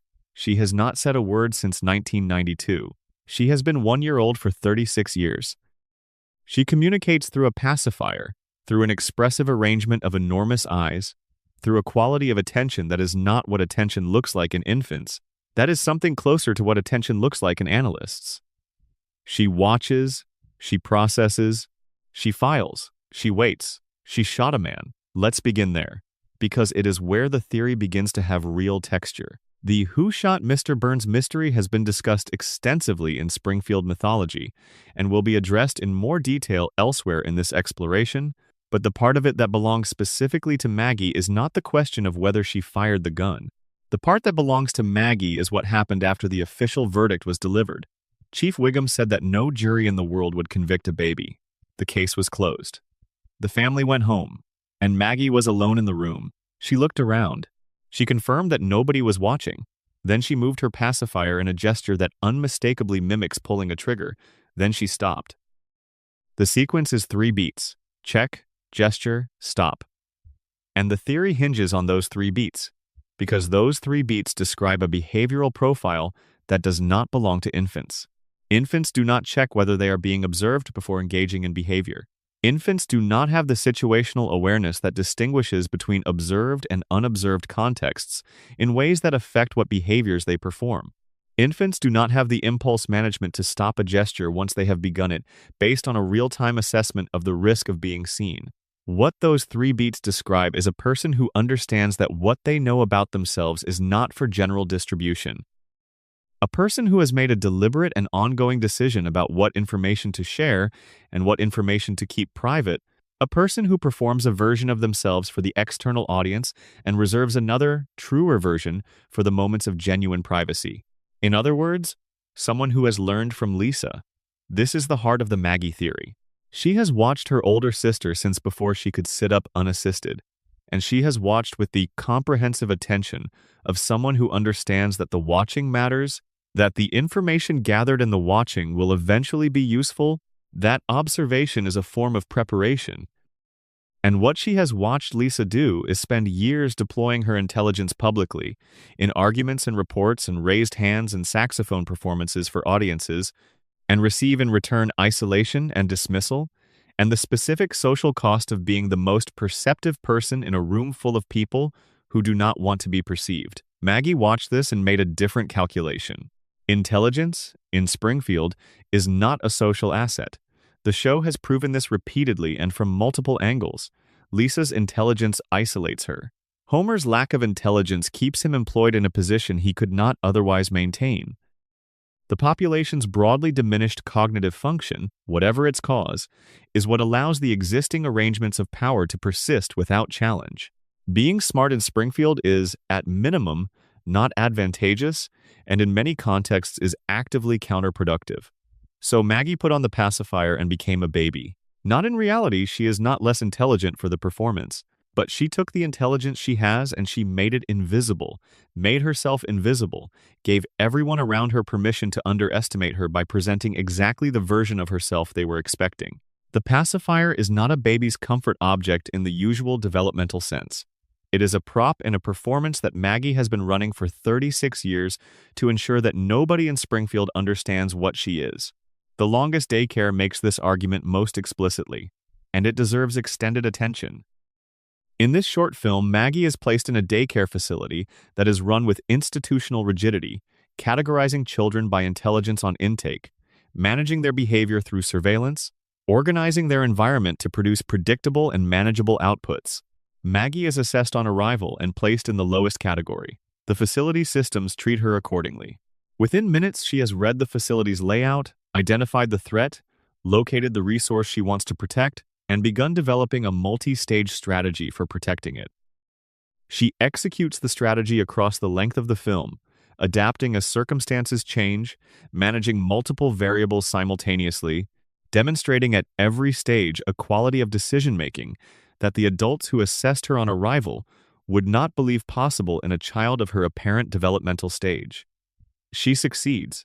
She releases the butterfly. She exits the facility having accomplished everything she set out to accomplish, and nobody who interacted with her during the process has any idea what just happened. The facility assessed her and found nothing to worry about. That was precisely the outcome she needed, and she produced it deliberately. This is the operational profile of someone who is managing information about themselves with strategic intelligence. The facility's systems are running on the assumption that Maggie is what she appears. She is not correcting that assumption. She is using it. She lets the system's underestimation become the space within which she moves, because underestimated people have freedom of action that estimated people do not. She has been doing this in Springfield for 3 decades.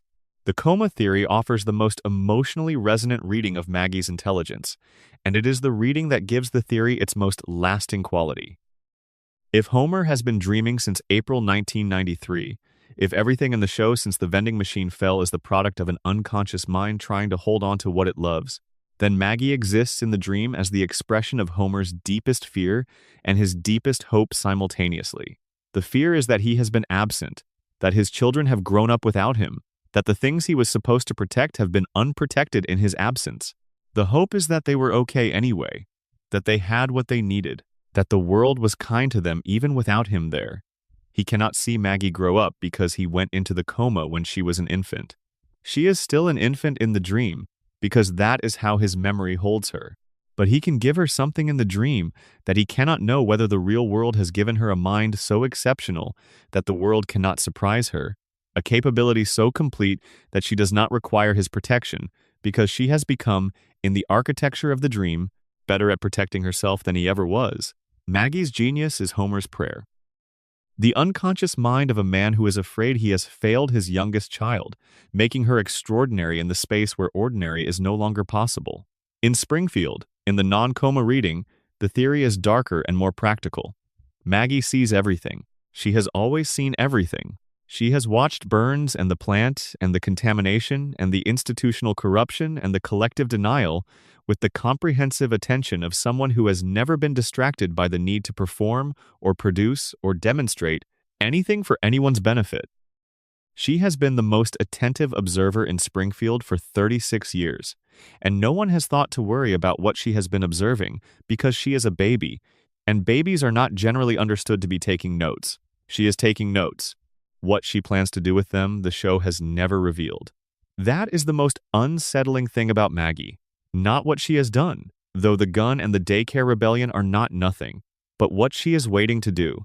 The whole enormous silence of her, the 36 years of watching and processing and staying quiet, has been in service of something, some calculation she is still running, some condition she is waiting to be met. She is 1 year old. She is ready whenever she decides to move. The smallest person in the theory, and in some ways the largest. Maggie Simpson has been 1 year old for 36 years, and everything that seems limiting about that fact, the inability to walk confidently, the absence of language, the complete dependency on adults for the provision of every basic need, has been systematically revealed. Across the run of the show, to be either not quite true or true in ways that conceal a more significant truth beneath them. She can walk. The show has shown this. She walks when she needs to, when the requirement of the plot demands it, and then reverts to the crawl when the requirement has been met. The walking is not a developmental milestone she is still working toward. It is a choice. She can walk and she chooses not to, which means that the posture of babyhood, of dependency, of smallness, of requiring the attention and management of the adults around her is also at least partly a choice. Consider what that means. Maggie is performing infancy in a household where infancy is the assigned role, where the family's understanding of her is organized around the developmental stage she has been placed in and is expected to remain in. And the performance is strategic. If you stop performing infancy, the family reorganizes around you. They expect more from you. They watch you differently. They project onto you the expectations and the anxieties and the interpretive frameworks that come with visible capability. They see you the way they see Lisa. And as Maggie has been watching for 36 years, that is a specific kind of isolation with a specific set of costs. So she crawls. She holds the pacifier. She produces the wordless sounds of early childhood. She receives the treatment of a baby, which includes being carried and held and looked at, with a quality of attention that adults do not typically bring to older children, the full concentrated tenderness of someone holding an infant, available to her whenever she accepts the posture of infancy. This is not manipulation in any predatory sense. Maggie is a baby. She is also, according to the accumulated evidence of the show's most direct explorations of her interior, something more than what the baby posture suggests. She is a person with an interior. She is a person who is watching, who is processing, who is organizing what she observes into a picture of her environment that the visible developmental stage does not predict. The longest daycare episode is the most explicit evidence. Left in daycare, Maggie perceives a threat of butterfly, about to be caught and killed by another child, and organizes a response to the threat across multiple stages, demonstrating not just reactive behavior but planning. She assesses, she considers, she identifies resources, identifies obstacles, constructs a multi-step approach, executes it under time pressure. This is not infant behavior. This is not even the behavior of most adults in problem-solving contexts. This is the behavior of a person with an exceptionally clear and ordered mind, operating at something close to its full capacity.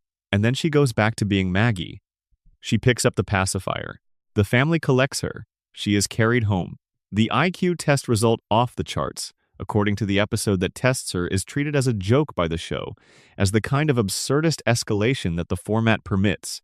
But within the show's logic, within the framework the show has constructed across decades of accumulated evidence about this child, the test result is not absurdist. It is the most coherent possible explanation for the observable behavior.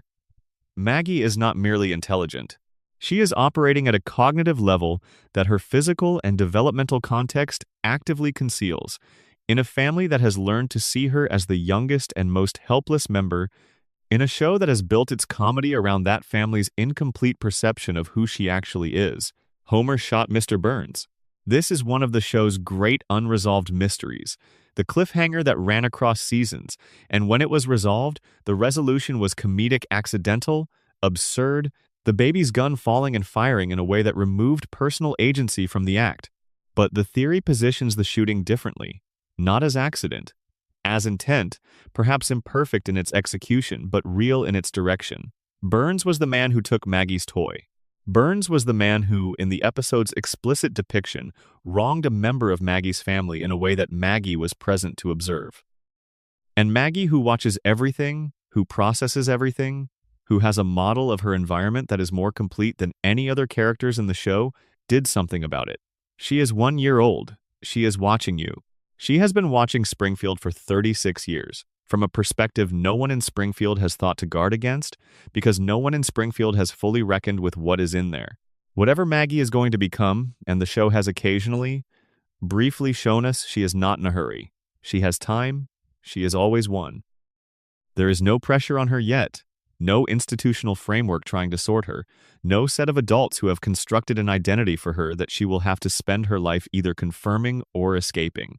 She is just watching, holding the pacifier, Waiting. The pacifier will drop when she is ready to let it drop, not before. Section 6. Charles Montgomery burns the man too expensive to die. There is a mansion on a hill above Springfield, and the hill has been there longer than most of the town below it can remember clearly, and the mansion has been there longer still, and in the mansion there is a man who has been there longer than either. He is thin in the way that suggests the process of becoming thin took considerable time and has not been reversed. He is pale in the way that suggests long absence from sunlight or possibly something stranger. His arms, when he extends them towards something, have the quality of objects retrieved from a very old storage space, technically functional but startling to encounter. His voice carries the precise confidence of a man who has never, in living memory, been in a room that was not organized around accommodating him. His hair is white and immaculate. His eyes are the specific eyes of someone who has had a very long time to become comfortable looking at things other people look away from. His name is Charles Montgomery Burns. He owns the nuclear power plant. He owns considerable additional things. His age is a number the show has never stated directly but has implied extensively across many episodes, and the implication converges on something that should not be possible. He is old. He is very old. He is, by the most conservative accounting of the historical references he has made in passing, somewhere between 120 and 140 years old, and he is not merely surviving at this age, he is functioning, strategizing, running a multi-billion-dollar corporation, manipulating municipal politics, orchestrating schemes that require long-term planning, and the sustained deployment of considerable cognitive resources. He is, in other words, not just alive. He is operational. And the theory about how he manages this is one of the most disturbing things The Simpsons has ever established. Let's begin with the maintenance schedule. In the episode titled The Springfield Files, which is the X-Files crossover that plays as a comedy but that deposits, casually and without particular fanfare, one of the most significant pieces of information about Burns that the show has ever offered.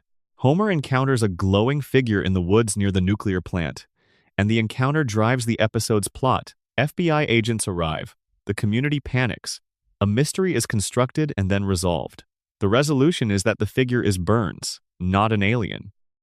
Burns has been undergoing a weekly medical treatment that is so intensive, so loaded with radiation and experimental compounds, that it causes his body to emit visible green light for a period after each session. More specifically, the treatment keeps him alive for exactly 7 more days. Without the treatment, he dies. The margin for error is 0. There is no window of tolerance for a missed session, no buffer against a scheduling problem, no grace period during which his body can maintain itself through its own processes.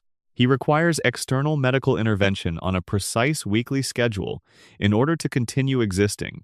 This is not the biology of a person. This is the maintenance schedule of a machine. And the machine metaphor is worth pursuing, because Burns has, over a very long time and with considerable resources and intelligence, made himself into something that the normal biological category of person does not quite describe. He has a body, in the technical sense, but the body does not sustain itself. It is sustained by the treatments, by Smithers's management of the treatment schedule, by the pharmaceutical infrastructure that produces whatever the treatments contain, by the money that funds all of the above. Remove any one of these elements and Burns ceases. He is not a person who happens to also be wealthy. He is a system, and the wealth is the system's power source. Now consider the medical diagnosis that the show has given him in one of its most frequently quoted scenes. A doctor informs Burns that he carries every disease known to medical science simultaneously. Every one. All of them present in his body at the same time, none of them progressing to the point of killing him, because they are all present at once blocking each other, creating a biological standoff in which no single illness can gain enough dominance to become fatal. The doctor calls it Three Stooges syndrome. 3 people trying to get through a door at the same time cannot get through, and every disease in Burns's body is trying to kill him simultaneously, and therefore none of them can. The show plays this as comedy. The image is funny. The concept is presented with the kind of deadpan absurdism that the show handles brilliantly. And if you do not connect it to the radiation theory, it is a self-contained joke and nothing more. If you do connect it to the radiation theory, it becomes the most alarming medical portrait the show has ever produced. Burns's diseases exist in perfect equilibrium. The equilibrium is not natural. No biological system produces this outcome through its own processes. The equilibrium is maintained by the weekly treatment. The radiation compounds in the treatment are doing what control rods do in a nuclear reactor, not eliminating the reaction, but regulating it, keeping it at the precise level where it sustains the system rather than consuming it. Burns is managing the diseases in his body the same way he manages his power plant, through scheduled maintenance, careful calibration, and the absolute knowledge that a failure in the maintenance schedule means a catastrophic system event. He is not just powered by radiation. He is radiation management made biological. He is the living embodiment of the same principle that governs every calculation his power plant's operators are supposed to be making, which is that you do not stop the reaction, you regulate it, and regulation requires constant attention and precise timing, and the resources to maintain both indefinitely. Smithers is not a devoted assistant. Or rather, he is a devoted assistant, but that description undersells his function. Smithers manages Burns's medical schedule. He ensures that the weekly appointments happen. He monitors Burns's physical condition with a vigilance that the show has depicted as obsessive, but that is, given what happens if he misses a session, operationally necessary rather than excessive. Without Smithers, Burns misses a treatment. Without the treatment, the disease equilibrium collapses. Without the equilibrium, every illness in his body surges forward simultaneously. Smithers is the reason Burns is alive. Not emotionally, not in the sense of providing meaning or companionship that makes continued existence worthwhile, though their relationship contains those elements as well. Literally, in the mechanical sense, Smithers is the person whose logistical competence is the immediate cause of Burns's continued biological function. This creates a dynamic that neither of them ever discusses directly, but that shapes every aspect of their relationship. Burns cannot function without Smithers. He cannot even survive without Smithers. And Smithers, who has organized his entire life around Burns, his schedule, his attention, his emotional investment, his definition of purpose, cannot leave without that organization collapsing. They are locked together not by sentiment alone, but by the mechanics of survival, and both of them understand this, and neither of them says it out loud. Burns's relationship with history is the other dimension of the theory that demands attention. He has not merely survived a long time. He has been present for a long time, and he has used that presence to develop a comprehensive understanding of how power works that no shorter-lived person could accumulate. He has watched systems be built to constrain men like him, and he has watched those systems fail, and he has watched new systems be built, and he has watched those fail too. He has seen the regulatory apparatus that was designed to prevent the accumulation of the kind of wealth he represents be captured by the people it was meant to regulate, and then reformed, and then captured again, because the structure of the problem that wealth sufficient to shape regulatory outcomes will naturally seek to shape them does not change across different regulatory frameworks. He has seen reformers rise and make real changes and be absorbed or outlasted by the structures they were trying to change. He has seen everything the 20th century produced in terms of attempts to limit what someone like Burns represents, and he is still on the hill. He is still in the mansion. The plant is still running with its 342 documented violations. The water is still contaminated. The fish still have 3 eyes. The most disquieting aspect of Burns's immortality is not the age itself. It is what the age has produced in him by way of perspective. He has had a century and more to watch every mechanism that exists to stop him fail, and the cumulative lesson of that watching is one that the show depicts with a particular clarity in the rare moments where Burns reflects on it. He does not fear the regulatory apparatus. He does not fear public scrutiny. He does not fear the occasional outrage from the townspeople or the periodic media interest in his plant's record. He has seen all of these things before. He knows how long they last and where they go and what is left when they are gone. What remains, when the outrage subsides and the media interest moves on and the regulatory attention is directed elsewhere, is Burns. Still on the hill, still running the plant, still the richest man in town, still the person who controls the largest single source of employment in Springfield's economy, still the person whose withdrawal of that employment would be the most immediate and comprehensive threat to the town's ability to function. Springfield needs Burns. The show has established this with quiet insistence across many episodes. The town's economy depends on the plant. The plant depends on Burns. Burns depends on the treatments.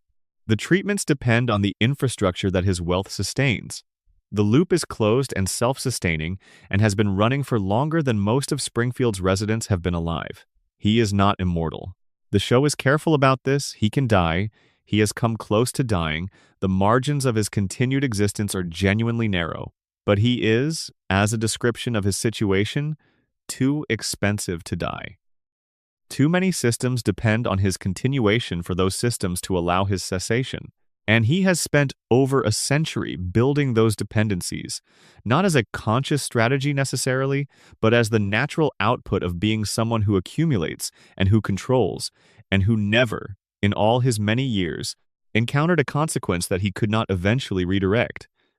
Burns will outlast everything that was supposed to stop him, not because he is beyond stopping, but because stopping him would require dismantling the infrastructure that depends on him, and that infrastructure is also Springfield. And Springfield will not dismantle itself. Springfield never has.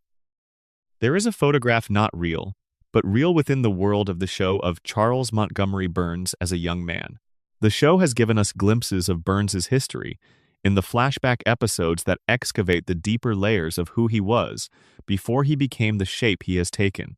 What the glimpses show is not the monster that Springfield has organized itself around, but a person, recognizably young, recognizably human, possessing the full range of expression and possibility that any young person possesses before the world and their own choices have had enough time to narrow that range into something specific. The man in the photograph is not yet Burns. He is someone who will become Burns, and the becoming is the part of the theory that deserves more examination than the thing he has already become. Burns was not born to his particular configuration of values and dispositions. No one is.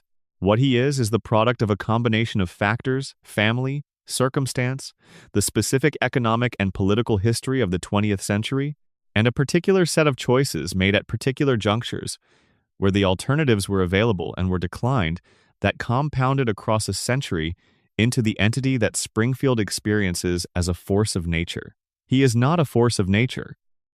He is a man who has made a very large number of choices over a very long time, and who has, with each choice, moved further from the range where returning to the alternatives would have been possible.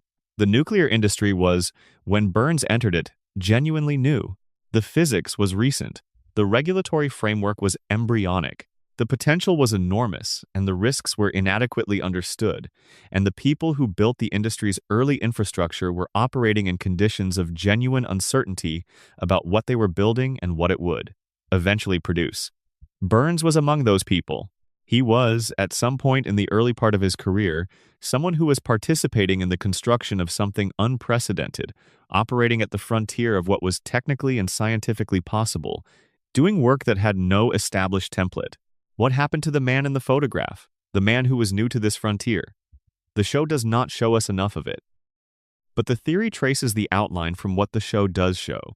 Burns became the man he is through the same mechanism that most people become who they are. Through the progressive hardening of the choices they make, through each decision making the next decision slightly easier, through the accumulation of positions that would be difficult to abandon without also abandoning the people you have become in the service of maintaining them. He knows what the plant is doing to Springfield. The show has made this explicit. He is not ignorant of the contamination, is not operating under a misapprehension about the relationship between his facility and the health outcomes of the people who live near it. He knows. He has been told, in various seasons by various characters, with various degrees of specificity, the knowing does not change the operation of the plant. The knowing does not change the suppression of the evidence. The knowing is simply what it is, knowledge, held by a man who has long since moved past the point where knowledge would naturally produce action. This is the most disturbing thing about Burns. Not the mustache-twirling villainy that the show frequently deploys for comedy, not the theatrical malevolence of someone who enjoys being the antagonist, but the ordinary institutional evil of a man who knows what his operation is doing and has organized his life around not being the person who lets the knowing matter. He has bureaucratic frameworks for the knowing. He has legal frameworks. He has the frameworks that all large organizations provide for their operators, The structures that distribute the moral weight of the consequences across enough people and enough mechanisms that no individual has to feel the full force of what the operation is actually doing to the people it affects. Smithers is the most important figure in understanding Burns. Not because Smithers is morally implicated in Burns's choices, the show handles his culpability with more ambivalence than it handles almost anything else, but because Smithers is the primary evidence for the theory's most counterintuitive claim about Burns, the claim that Burns is not incapable of genuine attachment. He keeps Smithers, not as a convenient employee who could be replaced with a more efficient model, but as a specific person, a particular Wayland Smithers, whose value to Burns is not entirely or perhaps even primarily functional. Burns has the resources to replace Smithers at any moment with someone younger, more capable, more reliably available. He does not do this. Smithers ages, in whatever approximate way the show allows characters to age, and Burns keeps him. The relationship has a tenderness that Burns's relationship with literally every other person in his life does not contain. He receives Smithers's devotion with a quality of response that, if it is not love in any conventional sense, is something that occupies a similar space in the architecture of Burns's emotional life. It is not enough to redeem him. The theory does not argue that it is. But it is there, this small, warm thing in the center of a century of cold, and the show keeps it there with enough consistency that it must mean something. Even Burns, the show seems to be saying, retained something. Even at 130 years old, with the diseases and the treatments and the weekly cycles of managed decay, there is something in him that is capable of being connected to another specific person. That is oriented toward one particular human being with a consistency that is indistinguishable from caring. The Springfield contamination is his legacy.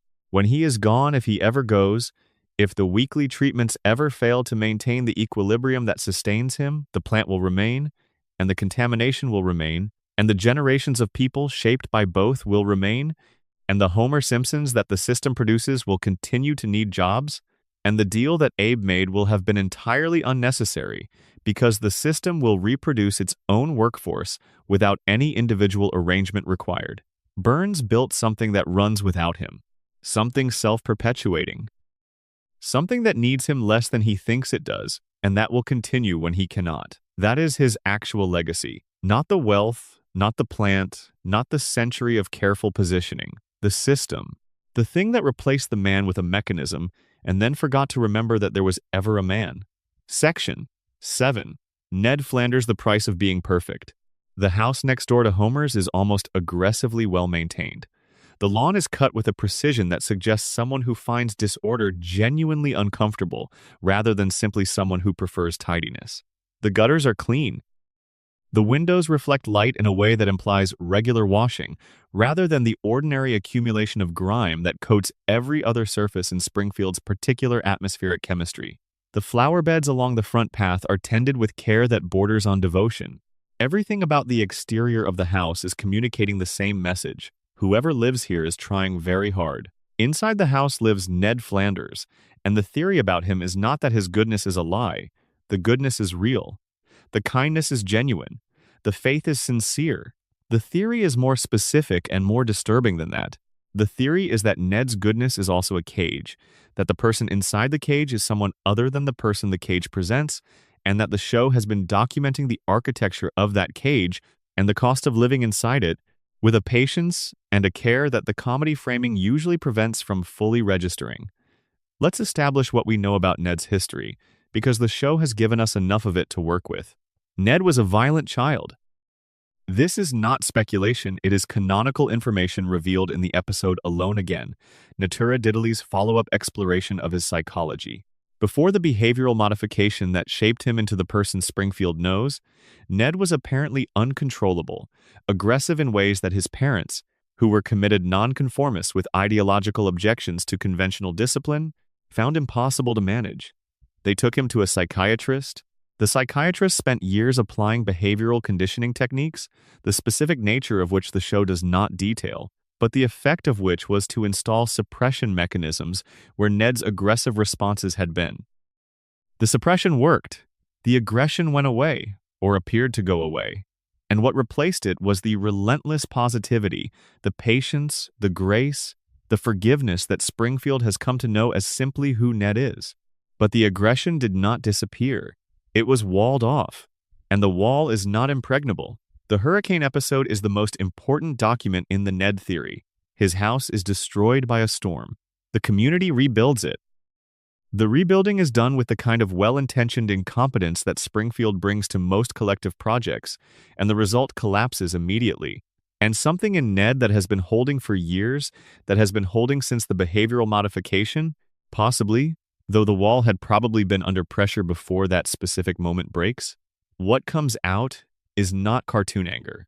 It is not the performative frustration that other characters in Springfield express constantly. It is something older and deeper and more genuine than that, a sustained release of material that has been compressed for a very long time. He insults people with specificity. He names things about them that he has clearly noticed and clearly not said. He unloads, and the unloading is not scattered. It is precise in the way that only something very carefully observed and very carefully not said can be precise. He is institutionalized after this episode. He is committed to a facility, assessed, and the assessment reveals that Ned's relentless niceness was not natural character development but the result of the conditioning. The psychiatrist who treated him as a child did not give Ned kindness. He installed it over the aggression that was already there, using techniques that suppressed the aggression without resolving it, that built a behavioral overlay that functions as Ned's personality without being his personality in the deeper sense. This changes everything about every interaction Ned has ever had. His patience with Homer is not saintly. It is pathological not in the pejorative sense, but in the clinical sense, the sense that it is the expression of a conditioning that overrides his natural responses, regardless of the cost. Homer has, over the years, cost Ned quite a lot. Real things. Ned's wife, Maude, died at a Springfield Speedway event because Homer moved out of the way of t-shirts being fired at the crowd, and the movement redirected them toward where Maude was standing. Homer's reflexive prioritization of his own comfort over his awareness of the people around him created the exact conditions necessary for Maude's death. And Ned, who watched this happen, who came home a widower from an event where his wife was killed because of his neighbor's ordinary selfishness, forgave him, because the conditioning told him to forgive. Because the machinery of Ned's niceness processes input and produces forgiveness as output, regardless of whether forgiveness is what the situation deserves or what Ned's genuine interior response to the situation would be if he had full access to his genuine interior response. The forgiveness is real, but the thing it is suppressing is also real. His faith is the dimension of the theory that the show handles most carefully and most honestly. Ned's relationship with God is the most significant relationship in his life. It is not nominal, not social, not a habit of the community he grew up in. It is the organizing framework of his entire understanding of why his life is shaped the way it is. He believes that the losses make sense within a larger plan, that the suffering is purposeful, that the forgiveness is what is required of him, that the goodness, however costly, is the correct response to his circumstances, and will eventually be recognized as such. And within the logic of the show's own universe, God talks to Homer. Not metaphorically, not in the sense of Homer feeling a general sense of the divine. In canonical episodes, Homer has face-to-face conversations with a figure described as God who knows who Homer is, who engages with his specific situation, who has a relationship with him. God is aware of Homer. God has, on more than one occasion, taken the time to speak to Homer specifically. Ned prays. He goes to church every week with genuine devotion. He has structured his life around his faith in ways that cost him something real. His relationship with his children, his relationship with the community, his self-conception, all of it organized around the premise that the God he believes in is present and caring and attentive to the lives of people who commit themselves to goodness. God does not speak to Ned. The drunk who sleeps through services has divine conversations. The man who has dedicated his existence to faith gets silence. This is not an ambiguous detail. The show established it clearly enough to be intentional, and the intention is either a cosmic joke about the arbitrary nature of grace or the show's most direct statement about the moral economy of Springfield. The system does not care about rightness. It cares about compliance, and it does not reward compliance with recognition or attention or the comfort of divine engagement. Compliance is just what you do. The reward is, apparently, the compliance itself. Ned Flanders does everything right and receives, in return, a dead wife, a destroyed house, a neighbor who will never fully appreciate him, and a god who talks to Homer. This is the saddest conclusion in the show. Not Homer's cognitive damage, which was inflicted on him and which he did not choose. Not Lisa's isolation, which is at least the isolation of someone who has a rich interior life to inhabit. Ned's situation is the saddest because he made the choices. He tried. He did the thing you are supposed to do when the world is hard. He maintained his values. He kept his faith. He forgave the people who hurt him. He showed up and was generous and was present, and did not let the accumulated losses turn him toward bitterness or withdrawal. And the world of Springfield gave him nothing back for it that he did not already have before he started trying. He lives next door to Homer for 36 years. The gap between them does not close. The distance between the man who tries and the man who does not has never, in 3 decades of proximity, shown any sign of closing. Because in Springfield, the gap is not a problem to be solved. It is a feature. It is the shape of the system, and the system is not going to adjust itself to make Ned's goodness pay off because the system never promised it would. Ned Flanders is the show's most honest admission of what it has always known, that being good in a broken world is not enough to fix the world. It is enough to be good, but it is not enough to make the world fair in return. And knowing this, and choosing goodness anyway, from inside a cage you did not build and cannot fully escape, that is the specific and irreducible tragedy that the show has been tracing. Quietly, next door to Homer's house, for as long as the two of them have been neighbors, Ned Flanders has never lost his temper in Springfield. This is not quite true. The show has documented several occasions when Ned's behavioral conditioning fractured under sufficient pressure, when the suppressed material found a way past the installed management systems and expressed itself in ways that shocked everyone, including Ned, the hurricane episode, the accumulated Simpsons adjacent injuries, the specific occasion when the politeness simply ran out. These moments are among the most memorable in the show's treatment of Ned because they reveal, briefly and alarmingly, that the niceness has a floor, but the floor is deep. The niceness is very thick. And the show's treatment of Ned consistently returns to the same question underneath the comedy of excessive religiosity and bountiful cheerfulness. What is the cost of goodness maintained at this level of completeness? In a world that provides no corresponding reward? The psychiatrist theory is the load-bearing element of the Ned framework. The show has established, in the episode that examines his childhood, that Ned was a feral child, genuinely aggressive, genuinely untamed, operating from the full, unmediated force of the frustration and anger and physical urgency that small children have before socialization manages it. His parents, participants in the counterculture, did not believe in discipline. They believed in free expression, in the natural unfolding of the child's authentic impulses, and so they allowed Ned's authentic impulses to unfold without any structure to organize them. The authentic impulses were a problem. They were a problem for every person who encountered young Ned, and eventually, the problem was sufficient that a psychiatrist was engaged. The psychiatrist developed a treatment.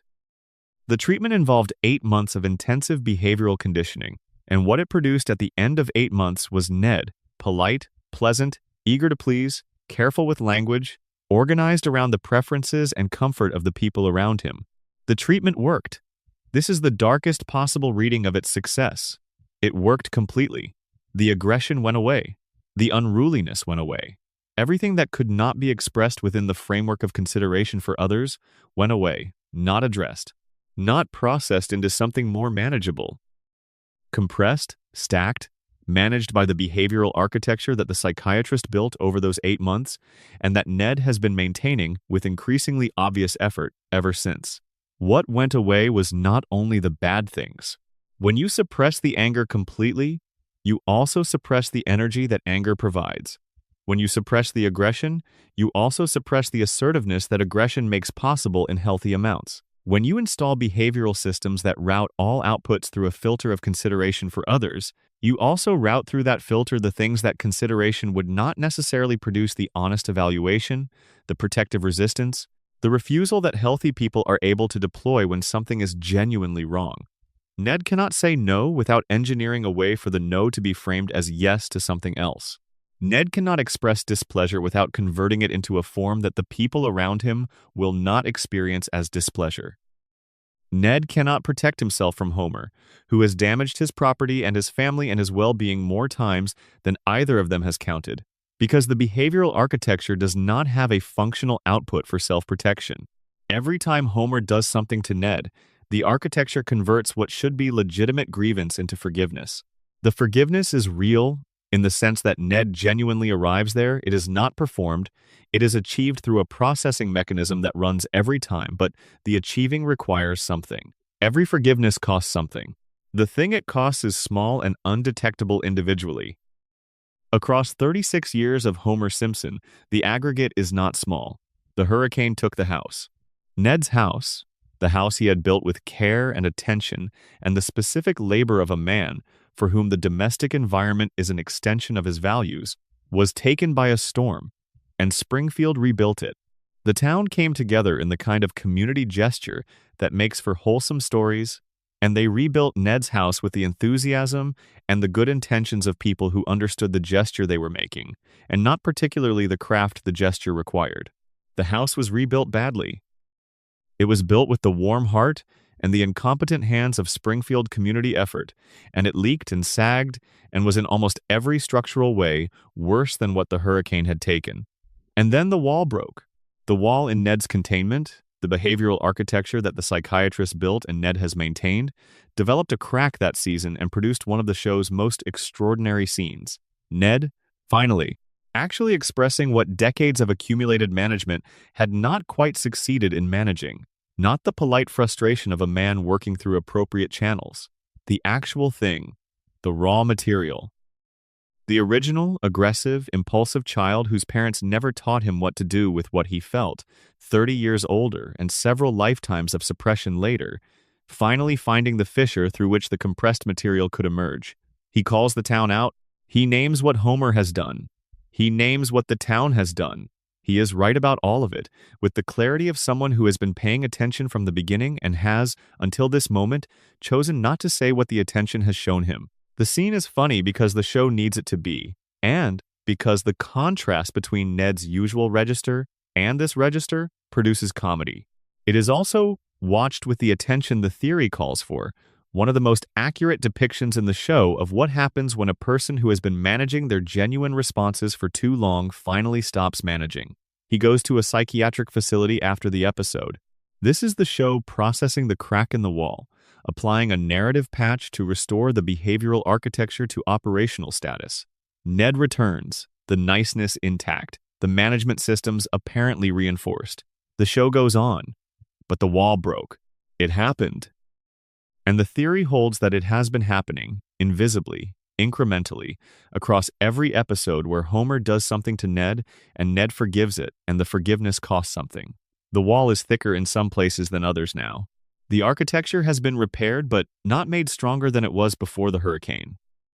And Homer will do something to Ned again, because Homer always does something to Ned again, and the something will cost something, and the architecture will process it into forgiveness, and somewhere in the depths of the structure, the original child will receive the information that he, too, received everything this episode had to deliver and converted it, as always, into grace. The most counterintuitive claim in the Ned theory is about God. Ned prays. He prays consistently and regularly and with a genuineness that the show has never quite mocked, though it has found comedy in the presentation of his prayer.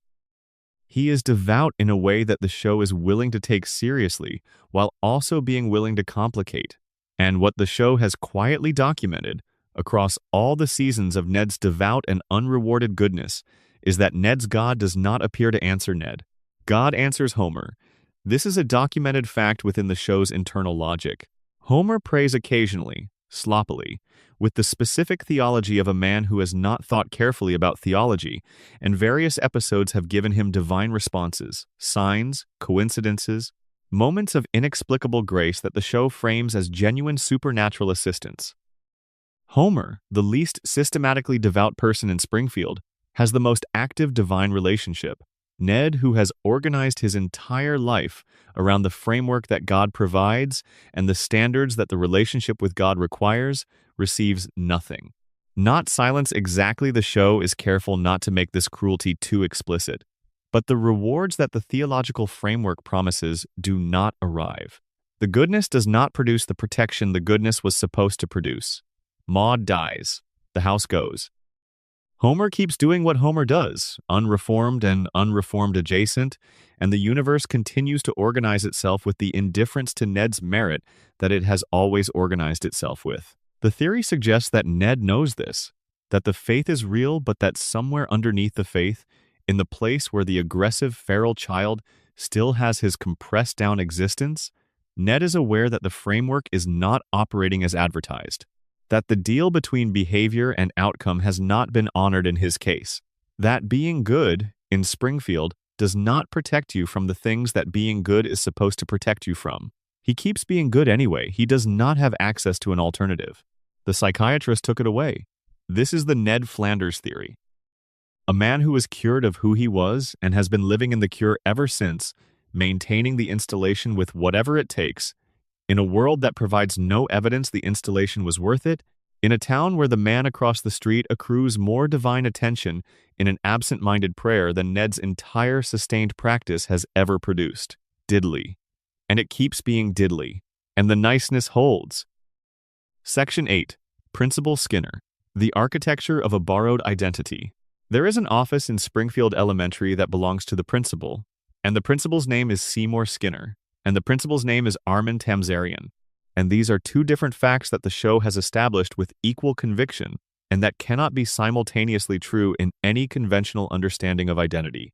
The episode that created this situation, The Principal and the Pauper, Season 9, Episode 2, September 1997, is one of the most controversial episodes the show has ever produced.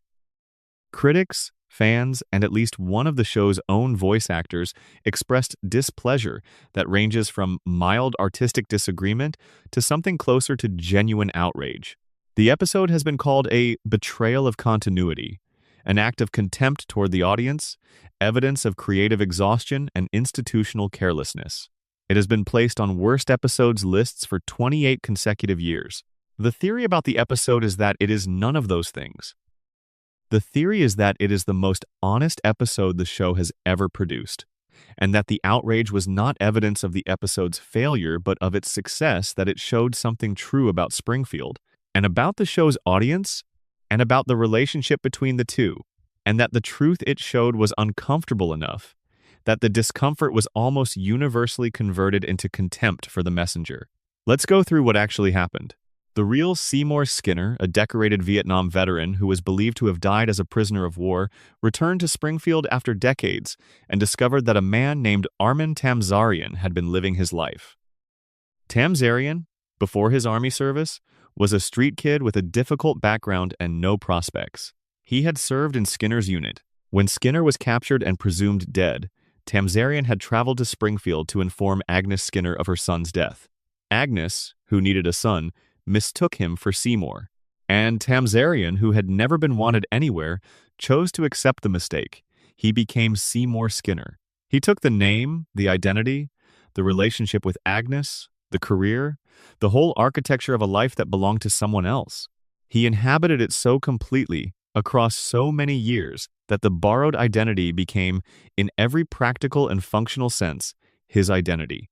The man who had spent his life as Armin Tamzarian had been Seymour Skinner for longer than he had been anyone else. And then the real Skinner walked through the door. What followed is what the theory is about. Springfield held a public meeting. The truth was fully established and acknowledged everyone present had access to the same information. And the town made a decision. Judge Snyder issued a legal decree that Armin Tamzarian was henceforth and legally the real Seymour Skinner. The actual Seymour Skinner was bound to a railroad car and physically removed from Springfield. The decree made it illegal, under penalty of torture, to ever mention the truth again. The fandom's response to this episode was outrage, and the outrage was specifically about continuity the episode had, they argued. Retroactively invalidated everything the show had established about Skinner's character. His military service, his relationship with Agnes, his history with Bart, all of it had been revealed as fiction. They wanted the character they had known. They wanted the continuity to hold. They voted in their collective response to the episode for the comfortable version of Skinner over the true version, which is exactly what Springfield did in the episode. This is the joke and the argument. The audience experienced, in real time and without realizing it, exactly the same dynamic the episode was depicting. They had definitive information that disrupted a comfortable narrative. They had the choice between accepting the disruption and the comfort of pretending it had not happened. And they overwhelmingly chose the comfort. Springfield is not a failed community. Springfield is a mirror. It shows us our own mechanisms for managing uncomfortable truths, the mechanisms by which we collectively decide what information to accept and what information to classify as too disruptive to integrate into our ongoing story. The episode did not destroy Skinner's character. It used Skinner's character to show you how collective reality maintenance works, how the agreement to maintain a comfortable fiction is struck and enforced, how the people who insist on truth get tied to trains. The real Skinner is the show's most pointed figure for what happens to the honest man in Springfield. He came back from captivity. He had survived something genuinely terrible. He came home to claim the life that was his by any reasonable standard of property and identity, and found it occupied. And the occupant had 20 years of social investment on his side. He had relationships. He had history. He had Agnes, who needed the Skinner she knew more than she needed the Skinner she had given birth to. And the town evaluated the competing claims and chose the one that caused the least disruption, not the just claim, the convenient one. They expelled the just claim on a railroad car, made it a crime to raise it again, and went back to their lives. The theory about Skinner, about Tamzarian, about the man who is both, is a theory about the specific damage done by living inside a fiction for long enough that the fiction becomes your only territory. Tamzarian has been Skinner for so long that there is nowhere else he can be. The identity he borrowed has become the only identity he has. Going back to being Armin Tamzarian would require dismantling the entire architecture of the person he has spent 20 years being, and there would be nothing underneath to replace it with. He knows this. In the quiet moments, the show occasionally allows him, usually moments involving his complicated relationship with Agnes, which is genuinely warm in a way that exists independently of the fraudulent premise on which it was built. There is something that reads as the specific awareness of a person who has gone too far into a fiction to return. Not guilt, exactly. Something more settled than guilt.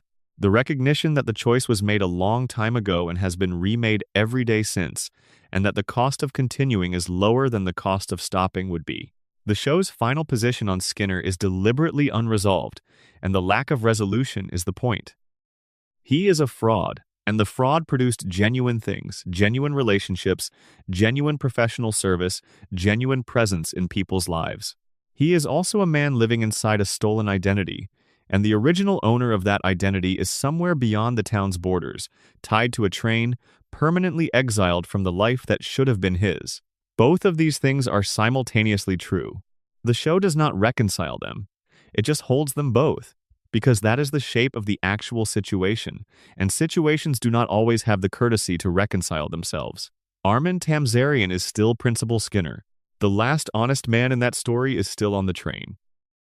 And the children of Springfield learn under the authority of a name that belongs to someone else, taught by a person who chose a fiction over the truth and has been choosing it every day for 40-some years, and who is, in his own complicated way, trying to make the fiction worthy of the name it carries.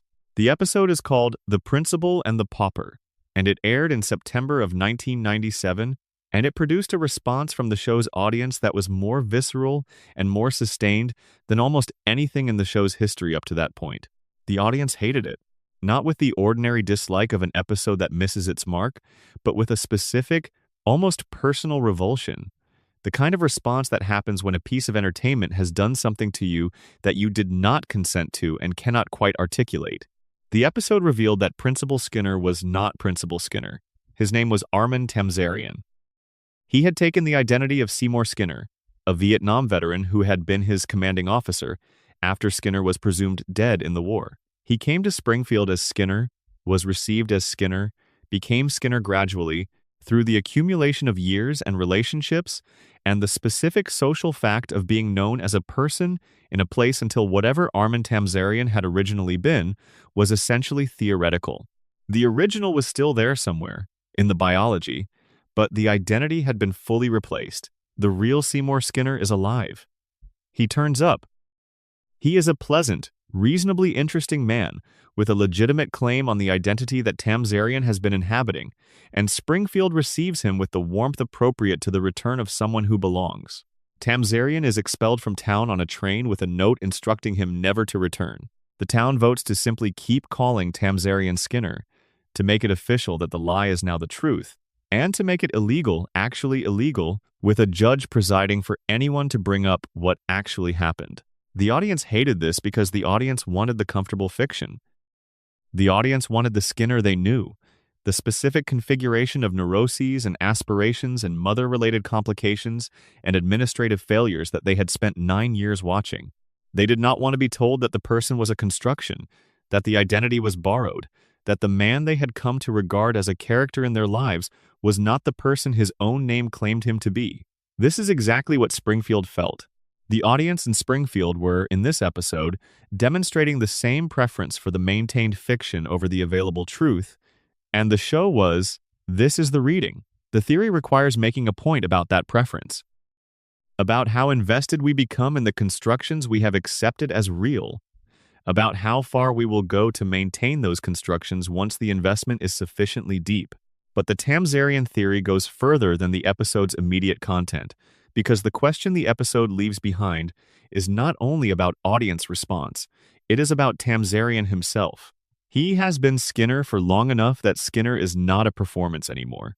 He is not an actor playing Skinner. He is not someone who woke up one morning and decided to be Skinner as a deliberate deception.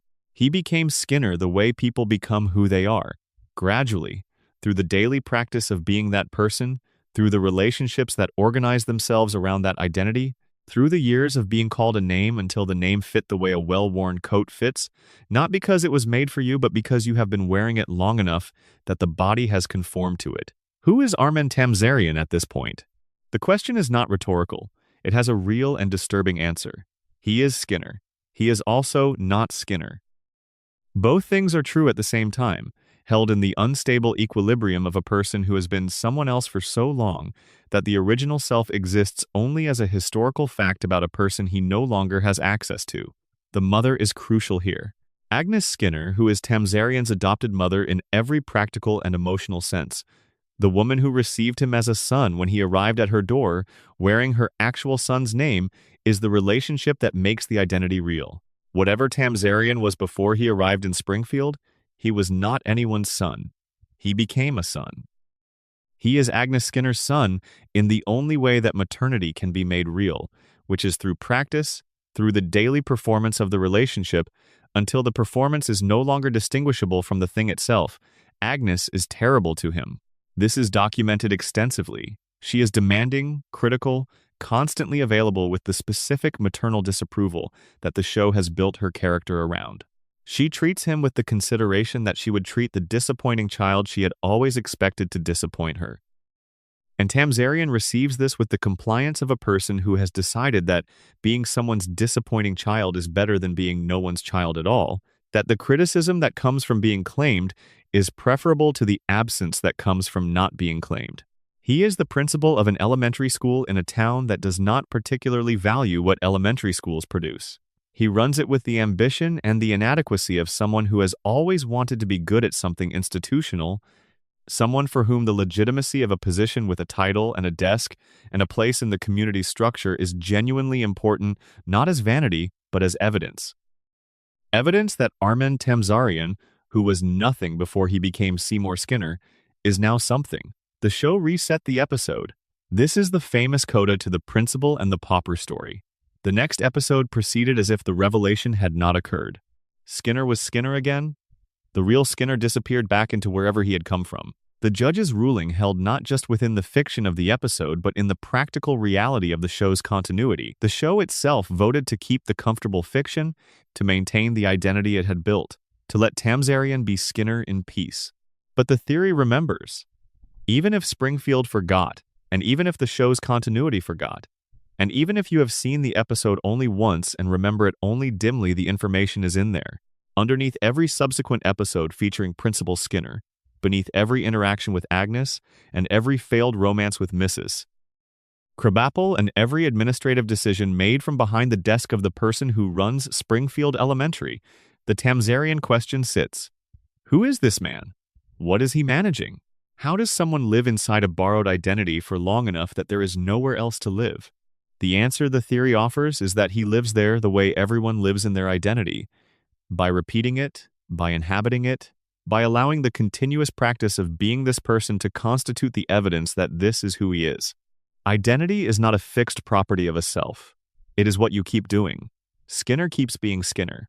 Tamzarian keeps being Tamzarian. The two are the same person, or close enough to the same person that the distinction has, across all these years, become a distinction without practical difference. He is the principal. He will always be the principal. The mother is in the house, and the school is down the road, and the borrowed name has, by now, been worn so completely that even he cannot always tell where the borrowing ends and the person begins. Section 9. Moe Sislak, the keeper of the last light. There is a bar in Springfield that should have closed years ago. Not according to any particular event or regulatory failure, but according to the ordinary logic of commercial enterprise. Insufficient revenue, questionable hygiene, a clientele so limited and so consistent that it constitutes less a customer base than a recurring cast of people with nowhere better to be. The plumbing in Moe's Tavern has been described, in various episodes, with language that suggests its condition is best not examined too closely. The lighting has achieved, whether through design or through the accumulated dimness of decades, the specific quality of a space that has stopped trying to attract people and is merely receiving whoever arrives. The bar snacks have a relationship with freshness that is, at minimum, non-linear, and the light above the door is always on. This is the detail that matters for the theory about Moe Sislak. The light is always on. Whenever Homer needs it, whenever the episode requires that someone be behind a bar when Homer walks through the door, Moe's Tavern is open. The hours are not the hours of a normal establishment. The maintenance schedule is not the maintenance schedule of a normal building. The bar exists to be there when it is needed, and it always is. Moe has been behind that bar for 36 years, drying a glass with a rag that has probably made the glass incrementally less clean with each pass, watching the door with the particular alertness of a man who is expecting someone. Not expecting anyone specific, just expecting.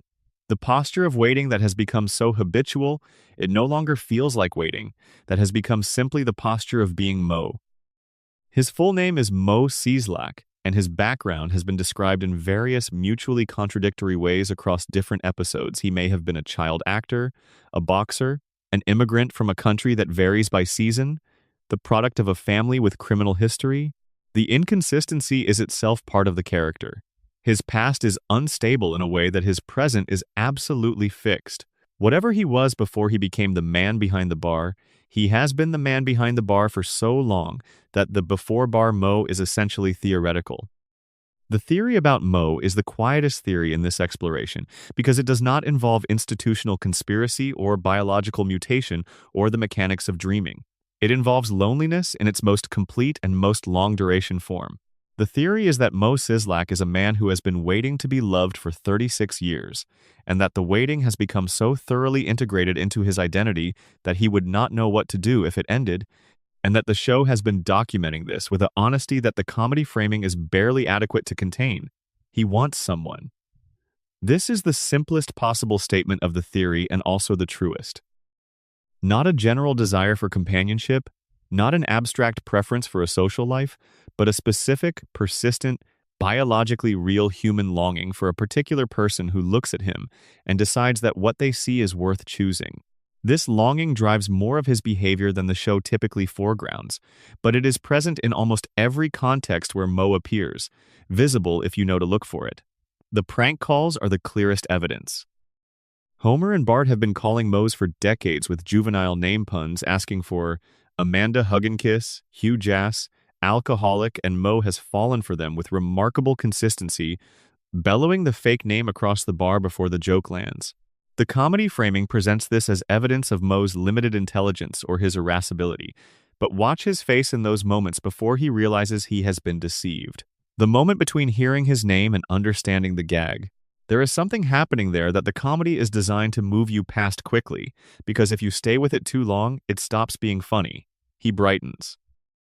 Something in him, for that specific beat between the name and the punchline, lifts. Someone called for him. Someone, somewhere, wanted to reach him. The possibility in that half second is real. And then the pun lands and the possibility collapses, and Mo says something threatening, and the bar returns to its normal register. That half second is 36 years of the Mo theory compressed into a single recurring beat. His history with romance follows the same pattern at greater length. The show has given Mo romantic relationships genuinely realized, given real weight, depicted with the specific texture of what it looks like when someone who has been isolated for a long time finds connection. These moments have a different quality than most of Mo's scenes.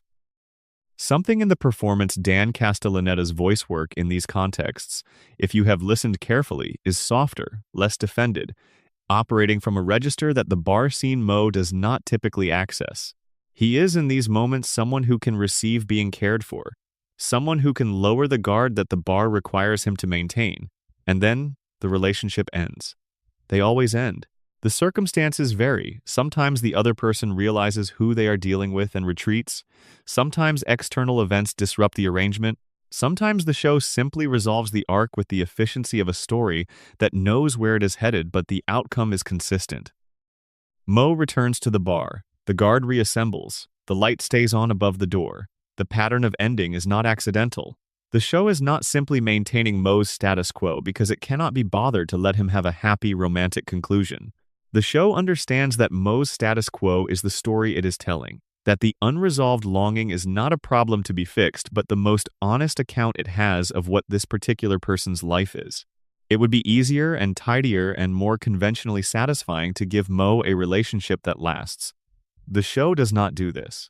It maintains the waiting, episode after episode, because the waiting is what Mo is.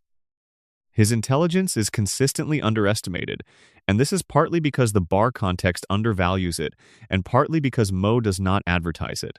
He is, when the show bothers to give him real material, sharper than his environment suggests.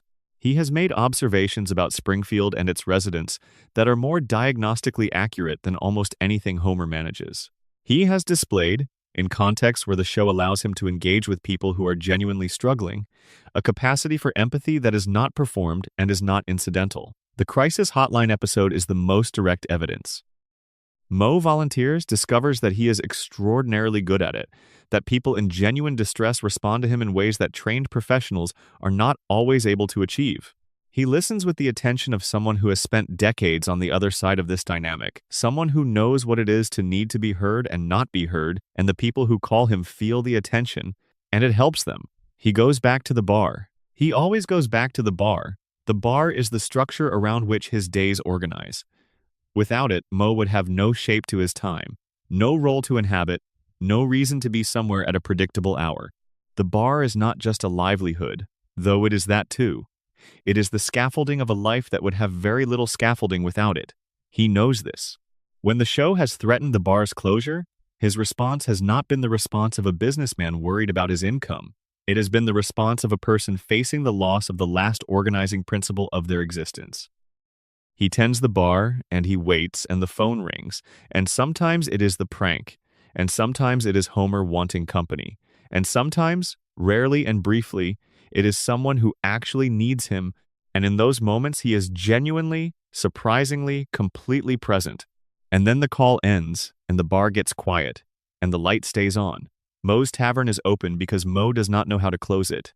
Not the physical door that he can manage, but the internal bar, the place he has been tending since before the show began, the place where the light above the door of his expectation has been burning for decades. He does not know how to close that. He may not be able to, so the light stays on. And Homer comes through the door, and the bar is there when it is needed, which is always, because in Springfield there is always someone who needs somewhere to be. The bar is lit the way bars are lit when the lighting decisions were made by someone who was not primarily thinking about atmosphere. Mo's has the specific illumination of a space that stopped being designed at some point in its past and has since been receiving light through whatever bulbs were available when the old ones burned out. The effect is not unpleasant, exactly. It is honest, in the way of spaces that have given up the pretense of being something other than what they are. There are no shadows deployed with intention. There are no warm corners engineered to produce comfort. The light is the light. The bar is the bar. You are in a place that knows exactly what it is. This is one of the more important facts about Moe's Tavern as a space, and by extension about Moe himself. He has stopped performing the role of barkeep with any aesthetic intention. The bar exists in a state of unconcealed reality, dirty where it is dirty, worn where it is worn, smelling of what it smells of, organized according to the logic of a man who has been behind this specific counter for so long that the organizing has stopped being deliberate and has become sediment. Things are where they are because they have been there long enough that moving them would require a decision, and Moe is not currently in the business of decisions. The phone hangs on the wall with the particular position of a thing that has been hung and taken down and hung again so many times that the wall around it is slightly marked from the handling. The phone rings. When it rings, something happens to Moe that the show has depicted consistently enough that it must be intentional. He brightens. Before the voice on the other end has said anything. Before the content of the call has been established, the brightening is pure conditioned response. The phone ringing represents, in Moe's neural architecture, the possibility of contact, and the possibility of contact produces the brightening before the content arrives to qualify it. This matters for the theory because the brightening is not small. It is not the mild positive adjustment of someone who is moderately interested in who might be calling. It is the acute, full-body response of someone for whom the possibility of being reached is significant.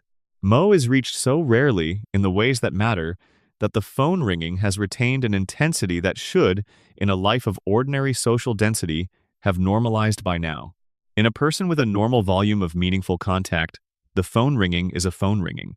In Moe, it is still, after 36 years, something like hope. He is also, and this deserves more attention than the show typically gives it, funny. Not funny in the way the show uses him as a vehicle for comedy, which it does, regularly and effectively, but funny in the internal sense. The sense of someone who perceives the world from an angle that produces absurdity. His observations about Springfield, when the show gives him room to make observations, have the accuracy of someone who has been watching from the periphery for a very long time and has the view that the periphery provides. He sees the gap between Springfield's self-image and Springfield's actual behavior with a clarity that most of the town does not bring to itself. He is, in the quiet moments, sharper about what he is seeing than his context suggests. This quality surfaces most directly in his crisis hotline work, which the theory identifies as the most honest account the show has of what Moe actually is when the bar context does not define him. He is good at the hotline. Genuinely, measurably, in a way that gets documented by the show good at it. People in distress call him and feel heard. The hearing is not performed. He does not need to perform empathy for people in crisis. He is constitutionally equipped for it. Not because he is a naturally warm person, the bar persona would suggest otherwise, but because he knows what it is to be on the other end of not being heard, and the knowing is comprehensive enough to produce real attention when the situation calls for it. He goes back to the bar. He always goes back to the bar. The question the theory leaves with, the one that the bar and the phone and the light above the door add up to, is whether the waiting is chosen. Whether Moe, at some level that operates beneath the resignation and the daily practice of staying open, has decided that waiting is preferable to the alternative, decided, consciously or not, that the specific suffering of unresolved expectation is more tolerable than the suffering of having definitively closed the question. The light above the door suggests yes. The light is always on. In all weathers and at all hours, the light above the door of Moe's Tavern is on. Nobody makes that choice without knowing they are making it. Nobody keeps a light burning for 36 years accidentally. Moe has decided, or arrived at the decision through such gradual accumulation, that the decision and the nature are now indistinguishable, that the door will stay open, that the light will stay on, that whatever is coming Homer walking through the door, the phone ringing with the possibility before the punchline lands, the relationship that hasn't arrived yet but has not been ruled out, has a place to find him when it gets there. He does not know if it is coming. He has no particular evidence that it is. 36 years of evidence suggests, actually, that the waiting pattern does not produce the arrival of what it is waiting for, but the light stays on. This is the Moe theory, finally reduced to its simplest form. He is a man who has decided to remain available. In a town where everyone has, in various ways, decided that remaining available is too expensive, where Homer is available to everyone except his own clarity, where Marge is available to her family but not to herself, where Lisa is available to the truth but not to the community it keeps failing to reach, Moe keeps the bar open. He keeps the light on above the door. It is the most modest heroism in Springfield. It is not recognized as heroism. It does not result in the arrival of what is being waited for. It is simply the ongoing commitment of a man with a light above his door to remain the place where the light is on. That will have to be enough. In Springfield, it generally is. Section 10. Krusty the Clown, the joke that forgot it was funny. Before we talk about Krusty, let's establish something important. There is a difference between being funny and being a funny person. Being funny is a quality of specific moments. A joke lands, a situation produces comedy, the timing is right, and the audience laughs. Being a funny person is something you are continuously in the background, regardless of whether you are currently producing comedy. It is the particular way you see the world, the specific angle from which things arrive to you, the frequency on which you receive experience. It is not a performance. It is not turned on. It is just how consciousness works for certain people. Herschel Schmoikel Pinchas Yerucham Krustovsky was, originally, a funny person. The show has established this in the episodes that give him access to his own history, that allow him to speak about himself before the makeup and the career and the decades. He was funny the way naturally funny people are funny, not as a thing he did, but as the expression of a particular and genuine way of seeing. The world arrived to him sideways. The gap between what things were presented as and what they actually were struck him as absurd, and the absurdity was funny, and the funniness was his. And then it became his job. The theory about Krusty is about what happens to a genuine quality when it becomes a commercial product. When the way you see the world becomes the thing you are hired to produce on a schedule, for an audience, consistently and deliverably, regardless of how the world is actually arriving to you on any given Tuesday. When your inner life becomes your inventory. He is the son of Rabbi Hyman Krustovsky, and the relationship with his father is one of the most emotionally complete things the show has ever produced in the corners and margins of Krusty's characterization.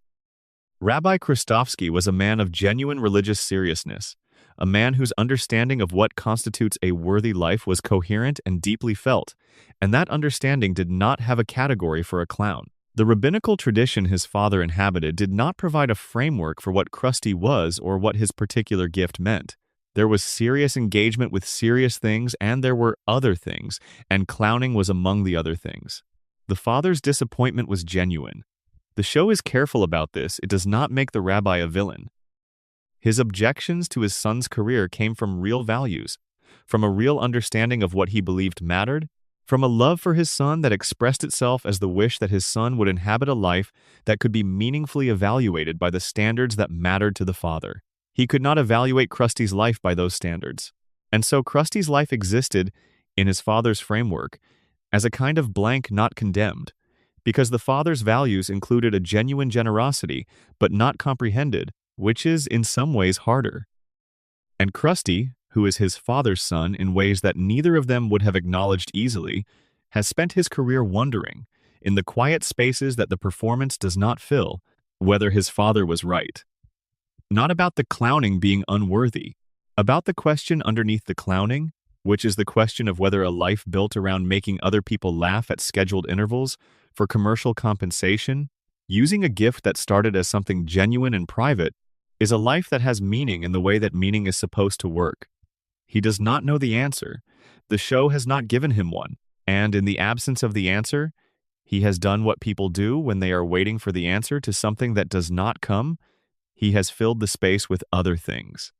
The gambling, the substance use, the financial decisions that recur in financial difficulty with the consistency of a structural problem rather than a series of unfortunate events. These are the textures of a man who has found that the performance does not fill him, and who has been trying various substitutes for the filling, with varying degrees of desperation and success. His relationship with Bart is the most interesting relationship in his life for reasons that have nothing to do with celebrity fandom. Bart loves Krusty with an intensity that the show has depicted as genuine devotion rather than consumer enthusiasm, and the show has connected this devotion, at least implicitly, To something real about what Krusty represents for Bart. Krusty is an adult who performs rebellion with institutional sanction, who is paid to be anarchic, who has built a career around the subversion of decorum and authority, who exists in the public sphere as the professional embodiment of everything Bart has been told he should not be. For Bart, who has been fighting an ongoing battle with every institution that has tried to shape him, Krusty represents the possibility that the quality the institutions are penalizing the irreverence, the refusal to accept the imposed frame might not be a failure, might in fact be something, might be worth something to someone. Krusty is the proof of concept that Bart is not simply broken, and Krusty, who understands this about Bart with the accuracy of someone who can recognize in another person the earlier version of something he himself has traveled, has a response to Bart's devotion that is complicated. He is fond of Bart. The fondness is real. He sees in Bart the quality he had before the decades of production wore it smooth, the raw irreverence that has not yet been commodified, the eye for the gap between what things are presented as and what they actually are that has not yet become a professional skill set with a performance schedule attached. He wants, when the show allows him to want things, for Bart to keep it, for the quality to survive the career, if Bart ever has a career. For the thing that is native to him to still be native to him after whatever the world does to him, because the world did something to Krusty's version of it, and what the world did was make it his job, and making it his job was the beginning of the process by which Krusty can now no longer reliably locate the original. The makeup is the most useful symbol for the theory, not as metaphor but as literal description. Krusty wears makeup that produces a face incapable of transparent emotional expression. The painted features can register the emotions they are designed to register: comedy, surprise, exaggerated sadness, but they cannot register what is actually happening underneath them. The face you see is not the face that is feeling things. The face that is feeling things is underneath, and it has been underneath for so long that the expression has had to relocate. Krusty can be exhausted while the makeup is energized. He can be hollow while the makeup is festive.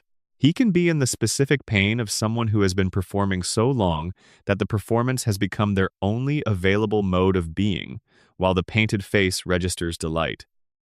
He has been wearing the face for 36 years. The face underneath has changed in ways that nobody tracks, because the face nobody sees is not the face anyone is asking about. They are asking about the clown. They want the clown. The clown is what he is paid to be and what Bart loves and what Springfield expects when he steps out from behind the curtain. So Krusty gives them the clown. He has always given them the clown. And somewhere underneath the painted smile, in a room the performance does not reach, the rabbi's son is still there, still wondering if his father was right.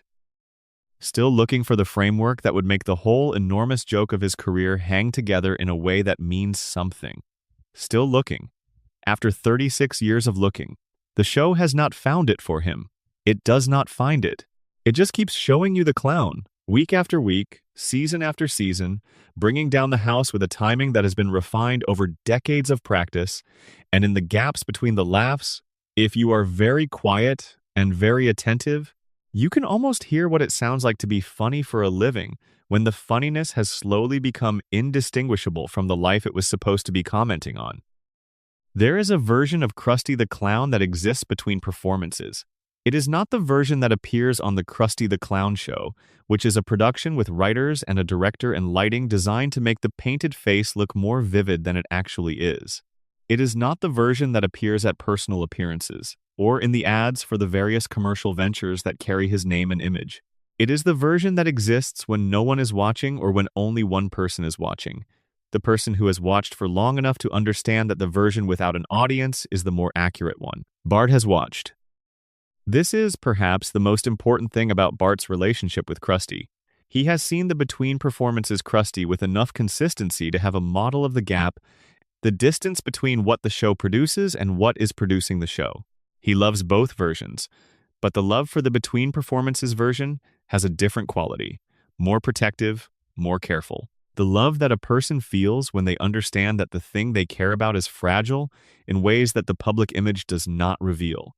The Krusty brand has expanded over the decades into a comprehensive consumer infrastructure. Krusty brand products span food, entertainment, merchandise, and experiences, and the common thread running through all of them is a quality that is adequate, reliably, Specifically adequate in ways that suggest the brand manager understands that the customer's expectation is also merely adequate and is engineering to meet rather than exceed that expectation. There is a theory embedded in the Krusty brand's specific mediocrity, a comedian who started as something genuine and has spent his career manufacturing approximations of the genuine thing, not because he doesn't know the difference, but because the manufacturing process has run long enough that he has lost reliable access to the original. The father's disapproval is the wound the show keeps returning to. Rabbi Kristovsky could not see what his son's gift was. He saw clowning as a category of activity, entertainment, performance, the production of amusement for paying audiences rather than as the expression of a specific and genuine cognitive style. He could not see that the comedy was not what Herschel did, but how he saw.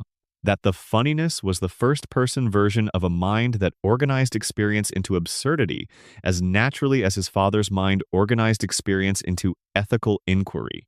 The gift and the religious vocation are the same thing. At the structural level, both are ways of being seized by a particular mode of apprehending reality. Rabbi Kristovsky saw the difference and not the similarity. The missing of the similarity was what the wound was made of. Krusty sought his father's recognition for decades, and when he finally received it, the episode is among the most emotionally complete things the show has ever done with him. The reconciliation is real. The father's eventual understanding that the son's calling was genuine is real.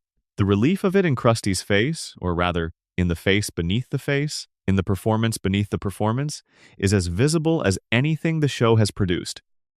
And then the episode ends and the next one begins and Krusty is behind the desk again, doing the show, maintaining the elaborate comic enterprise that is his life's work and his life's cage, with the paternal reconciliation absorbed into the history of the person rather than transforming him. Because this is the Krusty theory's hardest truth. Reconciliation does not reverse the decades of manufacturing. The father's eventual recognition arrived after the period in which the recognition would have changed the trajectory. It is welcome. It is real. It does not give Krusty back the original thing, the native perception that preceded the career, the way the world arrived to him before he became professionally committed to receiving it on schedule.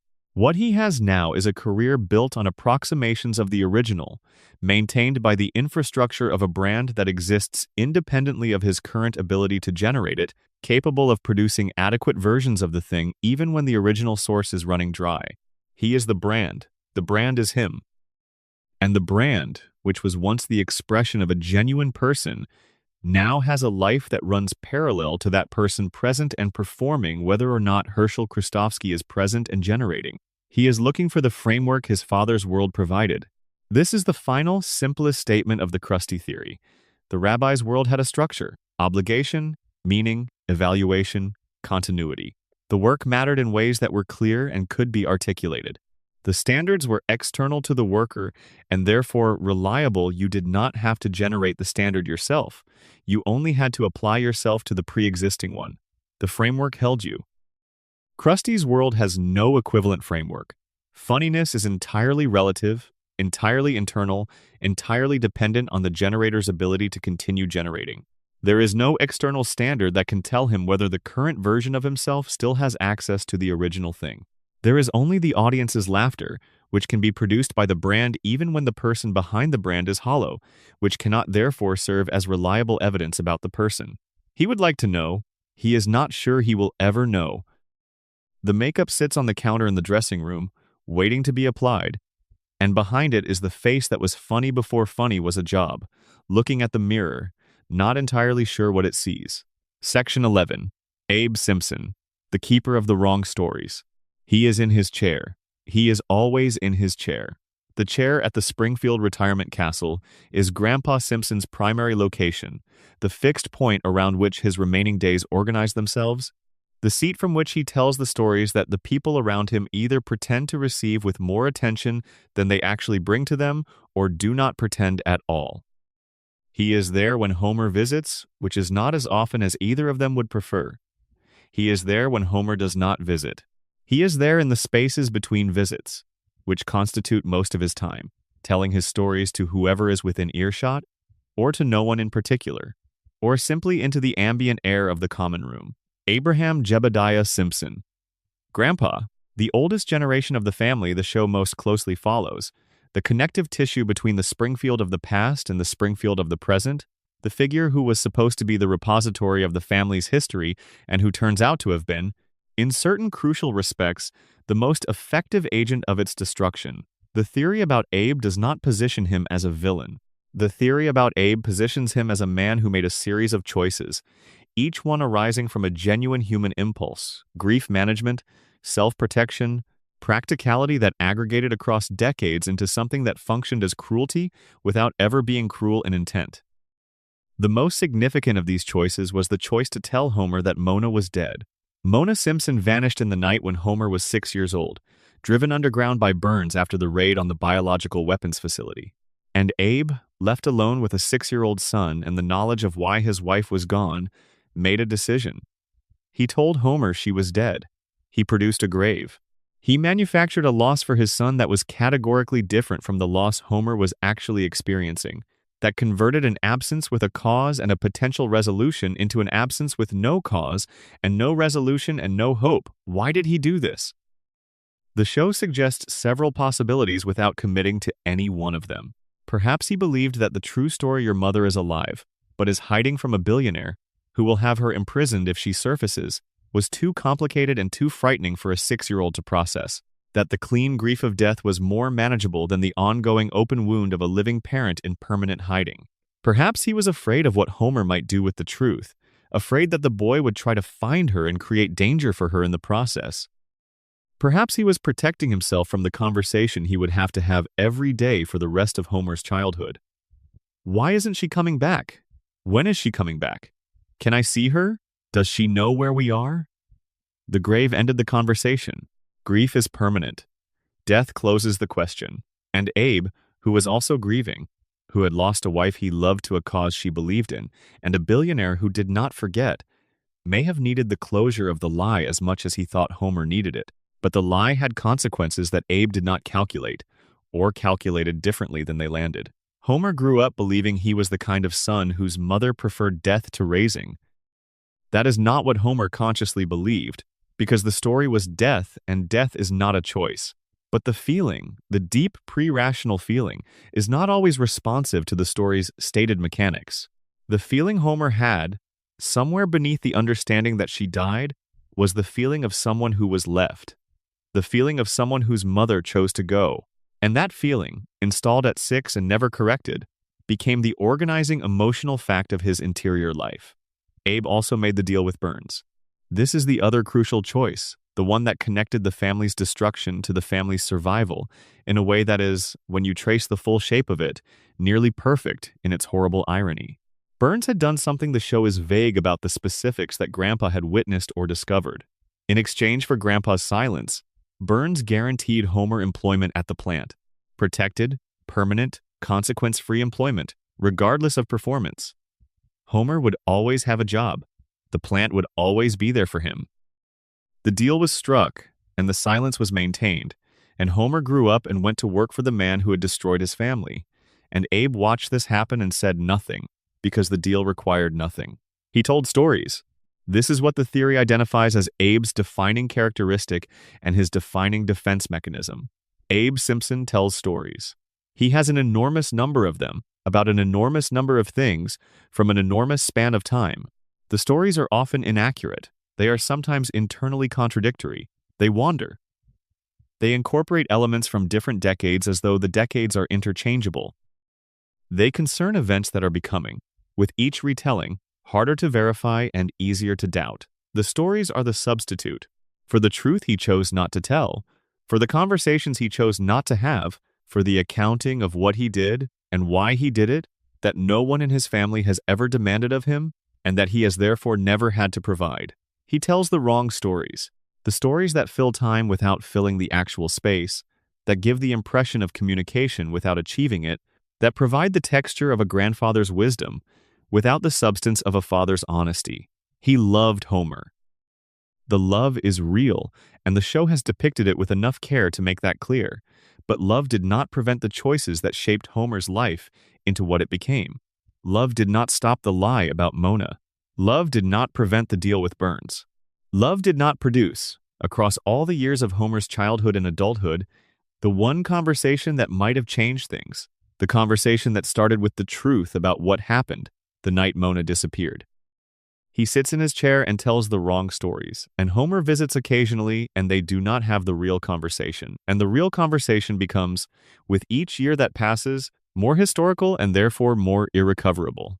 Some things that are not said immediately cannot be said later, because the later has accumulated its own sediment of what was not said, and the sediment is now too thick to move. Abe is the saddest figure in the Homer theory. Not because he is cruel, but because he is ordinary. He made the choices ordinary frightened people make when the situation is too large and too complicated and the easy path is available. He chose the grave over the truth. He chose the deal over the confrontation. He chose the stories over the silence that might have eventually produced something real. And the aggregate of those ordinary choices, maintained over decades, produced the broken version of his son that Burns needed and that Homer has been living inside ever since. The chair will always be there. The stories will always continue. And somewhere in the wrong stories, if you know what to listen for, is the outline of the right one, the one he never told, the one that starts with a woman who kissed her son goodbye in the dark and disappeared, and a father who decided to tell the boy a different story about where she went. That story is in there, under all the other stories, waiting. He will not tell it.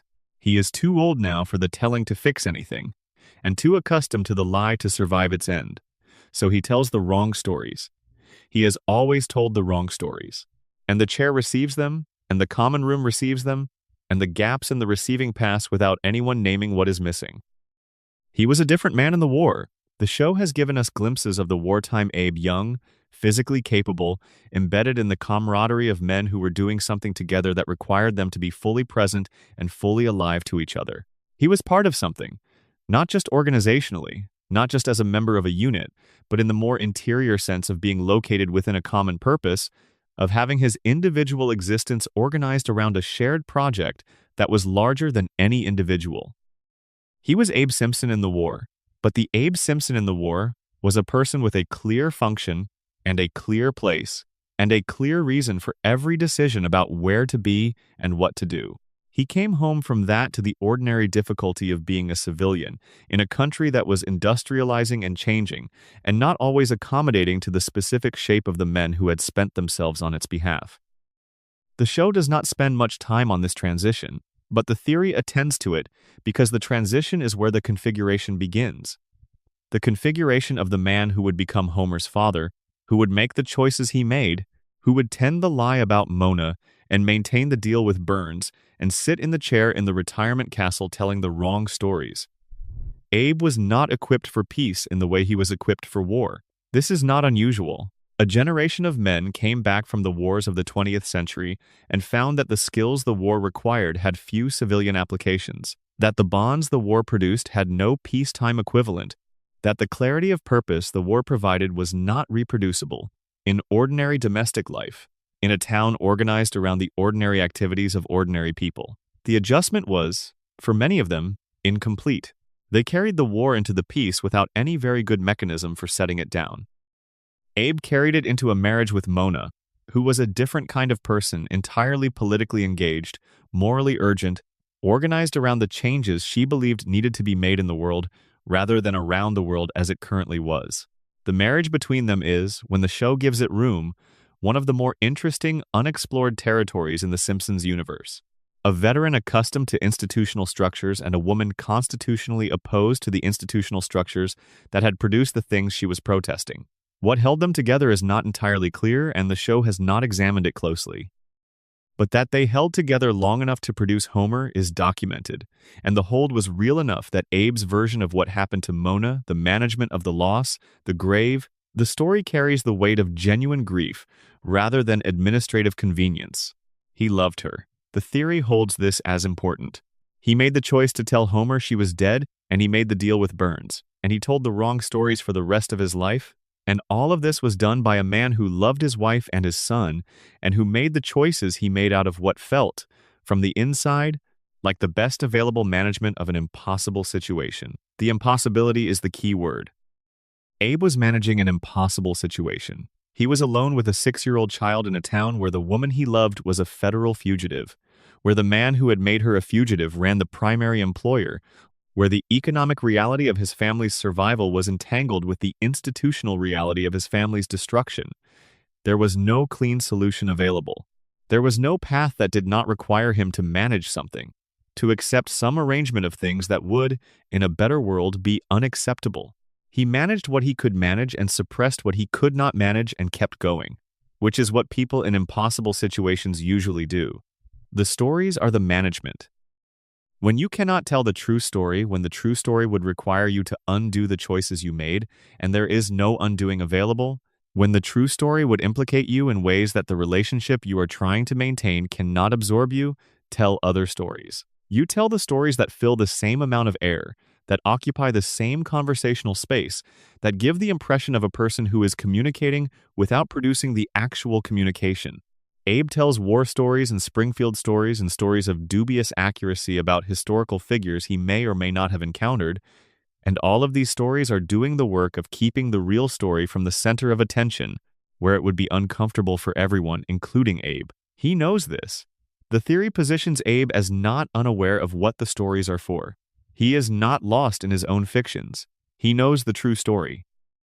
He knows where Mona went, and what Burns did, and what deal was made, and what it all produced. He knows it the way people know the things they have decided to manage rather than process. Clearly, in the specific clarity of maintained avoidance, which is different from forgetting and requires more sustained effort. He is in the chair. The stories continue. Homer visits less often than either of them would prefer. The grave of the mother who was not dead marks a place in Springfield that Homer has never entirely been able to visit or avoid. A monument to the most formative lie of his life, placed there by the man who loved him too much to tell him the truth and understood too late that the love and the choice were not compatible. The chair is where Abe settles the account that he has never formally settled. The stories are the only accounting available. They are not adequate. They were never going to be adequate. But they are what he has, and he continues with them, chair after chair and season after season, the wrong stories serving as the permanent and impermanent memorial to the right one that he chose, at 6 a.m. with a 6-year-old in the next room, not to tell. Section 12. Nelson, Milhouse, and Martin. 3 boys and the shape of what they learned. Before we close out our time in Springfield, there are 3 figures who have orbited the main family for 36 years, who have been given enough material to constitute genuine characterizations while remaining in the background of the primary story, and whose theories connect back to everything we have been examining in ways that close the loop rather than extend it. Nelson Muntz, Milhouse Van Houten, Martin Prince. 3 boys in the same class at Springfield Elementary. 3 completely different theories about what happens to children who grow up in the specific conditions that Springfield provides. 3 versions of the same initial conditions producing 3 radically different outcomes, and the differences between them are diagnostic in ways the show has never quite spelled out. Nelson is the first. He is the bully in the way that bullies are bullies, when the show is being honest about what bullies are, which is not sadistic monsters who exist primarily to generate conflict, but children who were themselves handled roughly before they learned to handle others. Nelson's home life is the most chaotically unstable of any recurring characters in the show's main cast. His mother appears and disappears without pattern or explanation. His father, when referenced at all, is a figure of profound unreliability. He has been, in other words, raised in the conditions that produce the behavior the show depicts. The laugh that's specific, clarifying, slightly terrible ha-ha is not meanness for its own sake. It is the sound of someone who learned very early that the correct response to the world's absurdity was to be the one laughing rather than the one being laughed at. If you are doing the laughing, you are not the subject of it. The laugh is armor. The bullying is the externalization of something that would otherwise be directed inward. The show has allowed Nelson moments of genuine vulnerability that it has always quickly reclaimed. His friendship with Lisa, in the episodes that develop it, has a tenderness that neither character's usual register prepares you for. He is fond of her. The fondness is the expression of a genuine quality in Nelson that the bully persona does not completely cover: the ability to recognize someone who is also operating from a place of hurt and to feel, in that recognition, something that the hurt and managing it version of him does not usually permit. The moments are brief. The persona reassembles. Haha. But the moments happened. Milhouse is more complicated in a different direction. He is, in the theory about him, the most purely sympathetic character in Springfield's peer group, sympathetic in the specific way of a person who is too honest about his own feelings for the environment he is in, who has not learned the protective strategies that the environment rewards.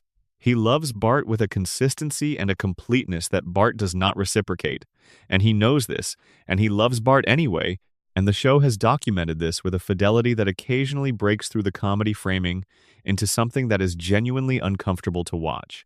Milhouse is what happens when you are a naturally trusting person in a world that does not reward trust. He is always available. He is always showing up. He is always investing more than he receives. And he does not learn the lesson that this should teach, which is that the investment is not going to be returned. He keeps investing because the alternative, a more defended version of himself, a version that protects against the imbalance by not being fully available, would require him to become someone he is not. His parents have a marriage that the show depicts as both a genuine relationship and a recurring site of instability, which gives Milhouse a home life that is warm but not fully settled, loving but not entirely secure. This may be why the Bart attachment has such force it represents, for Milhouse, a relationship he chose rather than one he was born into, a version of loyalty that he is producing rather than simply receiving, and the producing feels like something. Martin Prince is the third configuration. He is the academic achiever in the class, the student who meets and exceeds all of the institutional standards that the institution has established, who receives from the school the affirmation it withholds from Bart and is less sure what to do with than that situation suggests. Martin's intelligence is real and it is recognized. The recognition does not protect him. He is bullied. He is marginalized. He exists in a social ecosystem where academic achievement is not the currency that matters most, where the things he is good at have very little exchange value with his peers, and he has not entirely resolved this gap between the story he has been told about what education is for and the evidence he has about what education actually produces in terms of social position and genuine belonging. He is lonely in a different way than Lisa is lonely, where Lisa's isolation is the direct cost of using her intelligence publicly. Martin's isolation is the cost of being legible to only one dimension of the world around him. The school sees him. The school values him. And the school is, in the ecology of Springfield Elementary, only a part of the world that matters to a child. What connects these three is the Springfield framework. All three of them are products of the same environment, exposed to the same contaminated water and air and social conditions, shaped by the same institutional failures, and the same cultural pressures, and the same fundamental arrangement, in which the adults who are supposed to guide them are themselves navigating various forms of damage and diminishment. Nelson became tough because the environment taught him that toughness was the available protection. Milhouse became devoted because the environment left him with the trust he was born with, and no sufficient reason to revise it. Martin became academic because the environment offered him exactly one system of validation, and he was suited to it, and he took it. They are not tragedies exactly. They are just three kids in Springfield, three more people inside the loop, shaped by the place and the ways that places shape people, waiting, like everyone else, for something to change. Something probably will not change. This is Springfield. The loop holds, the town goes on, but they are there. They are real, within the logic of their world, as real as any of the people we have spent this night examining. And their theories are part of the larger theory about what it means to be young in a place that does not fully know what to do with you. Nelson Muntz does not know who he is going to be. This is the most important thing about him, and it is also the most important thing that distinguishes him from the other major characters in Springfield. Homer knows who he is, with a completeness that amounts to imprisonment. Marge knows who she is, with a clarity that is both sustaining and limiting. Bart knows who he is being required to perform. Lisa knows who she is with an accuracy that isolates her. But Nelson, who is 10 years old, in a more genuine sense than most of the other 10-year-olds in the cast, in the sense of still being in motion, still being made, still having the future genuinely open in ways that the adults of Springfield does not yet know. The bully configuration is a response to immediate environmental conditions. It is not destiny. The show has allowed Nelson moments that break the configuration entirely, that reveal a different possible Nelson in the spaces between the performances of the available one. His fondness for Lisa is the clearest case, but it is not the only case. There are other moments, moments of generosity, of unexpected consideration, of the specific warmth that surfaces when Nelson is out of the context that requires the bully persona that suggests a genuine interior that the immediate environment has not yet fully colonized. His laughter is interesting, considered as sound rather than symbol. The ha-ha that Springfield recognizes as Nelson's signature is not, when you listen carefully, simply cruel. It is also and primarily relieved. The sound of someone who has located himself on the right side of the laugh rather than the wrong side, who has managed, through the laugh, to convert whatever the situation was producing the discomfort, the chaos, the confrontation into something he can be a participant in rather than a victim of. He laughs at other people's misfortune because he has had sufficient experience of misfortune to understand that the laughing side is available as a position and that occupying it, even temporarily, is preferable to the alternative. He will probably be okay. The theory is not pessimistic about Nelson. Springfield is not a gentle environment, but it is also not inevitable, and Nelson's specific configuration of damage seems, at least from the outside, to have left intact certain qualities that the environment has not managed to fully suppress. The warmth is still in there.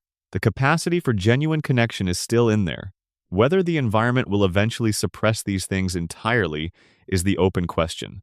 The theory does not answer it. Nelson is still being made. Milhouse is going to be fine, in a way that involves continuing to be hurt by the specific things that have always hurt him.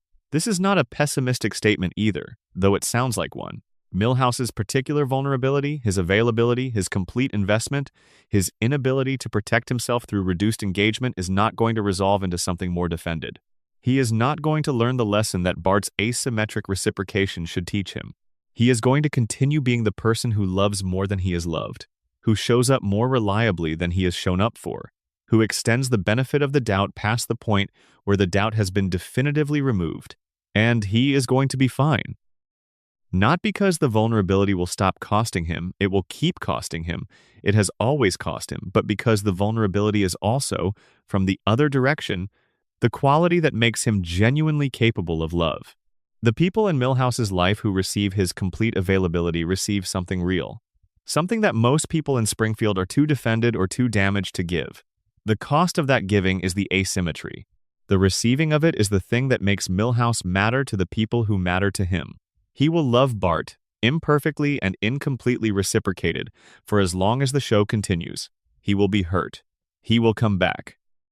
He is constitutionally unable to do otherwise, and the theory holds that this is not a deficiency but an expression of something in Milhouse that the more defended characters around him do not have.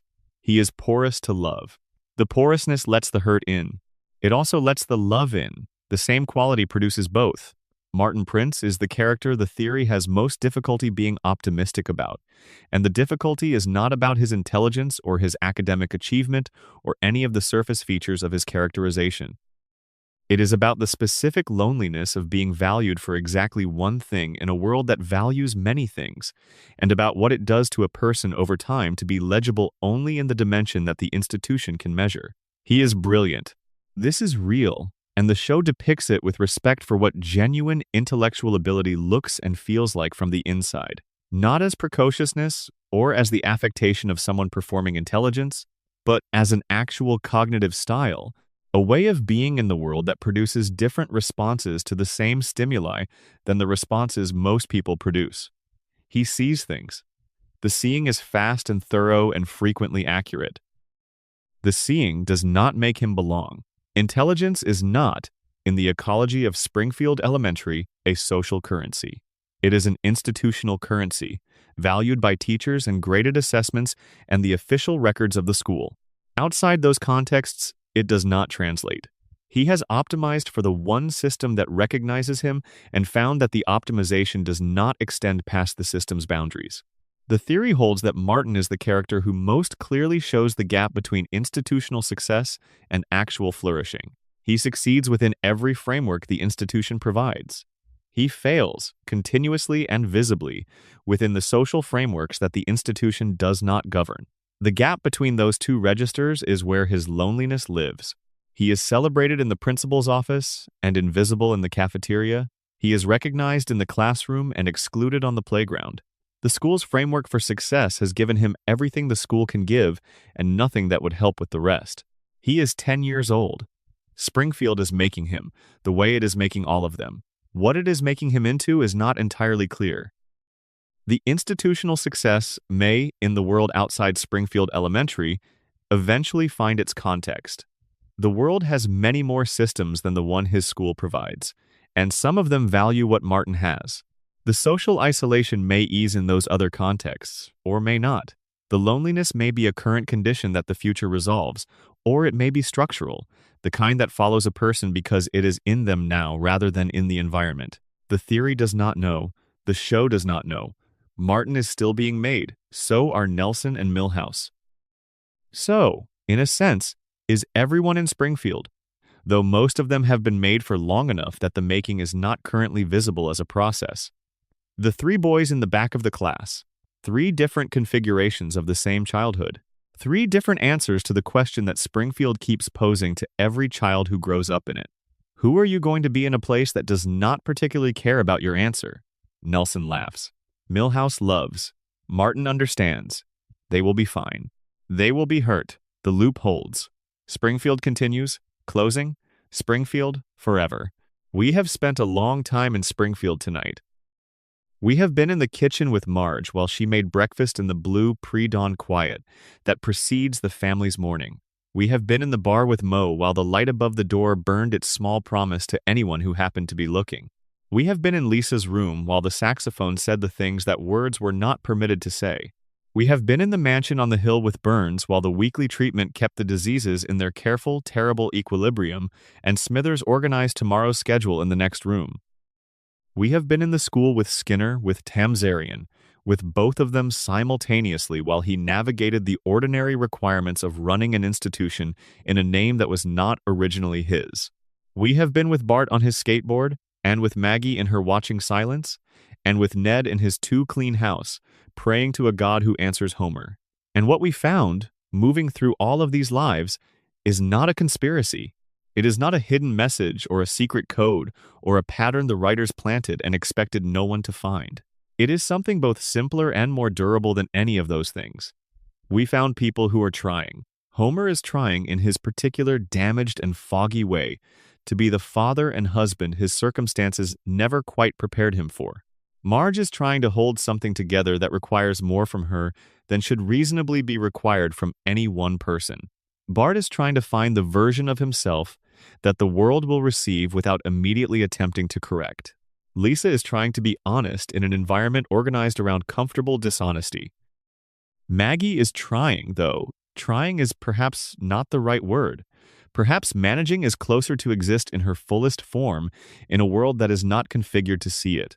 Burns is trying to survive, which in his case has become so comprehensive an enterprise that it has consumed everything else he might have been. Ned is trying to be good in the specific, sustained way that requires not stopping even when the good does not get what it was supposed to get. Skinner is trying to deserve the life he borrowed. Mo is trying to stay open, in every sense of the word. Krusty is trying to remember what the funny was before it became the job. They are all trying. And they are all inside the loop, and the loop does not reward trying with resolution. The loop just continues. The next episode begins. The couch gag plays. The theme music rises. But here is what stays. The theories we have traveled through tonight are not just interpretive frameworks for a television show. They are the show being honest about what it knows, about what it costs to be a person who sees clearly in a place organized around not seeing, about what it costs to hold things together for people who do not always know they are being held, about what it costs to perform your own identity so completely that you lose the thread back to what it was before the performance started, about the specific quality of loneliness that comes from being surrounded by people who love you in ways that are real but insufficient for what you actually need, about what happens to good people in systems that do not care about goodness. These are not exclusively Simpsons concerns, they are human ones, which is why the show has lasted 36 years. which is why the loop holds. Which is why, when you sit down on a Sunday night or a Tuesday afternoon or a sleepless 3 in the morning and turn on an episode you have probably seen before, you find that it still has something to say to you. Springfield is not a place. It is a condition of being alive in a world that is beautiful and broken and does not sort itself according to what you deserve. The Simpsons are not characters. They are the people you grew up with, or the person you are, or the person you are afraid you might become, or the person you are trying not to stop being. Homer is every person who chose the fog because the clarity was too expensive. Marge is every person who chose the family and has been paying the choosing's price with a grace that the family does not always notice. Bart is every child who made themselves into a problem before someone could make them into one. Lisa is every person who kept saying the true thing even when the true thing changed nothing. Maggie is every version of yourself you keep private because you learned, early enough that you no longer remember learning it, that the private version is not for general circulation. They are 39 and 36 and 10 and 8 and 1-year-old. They have been exactly these ages since before most of the people watching them were born. They will stay these ages after most of the people watching them are gone. The loop will hold. It has always held, not because it is perfect, but because it is ours. We built it. We maintain it. We tune in every week to make sure the family is still intact and the house is still standing and the town is still there, improbable and contaminated and floating between states, containing everything we have ever been afraid of losing. Sleep well tonight. Wherever you are, whatever time it is where you are, Springfield is still there. The light above Moe's door is on. Homer is on the couch. Marge is in the kitchen.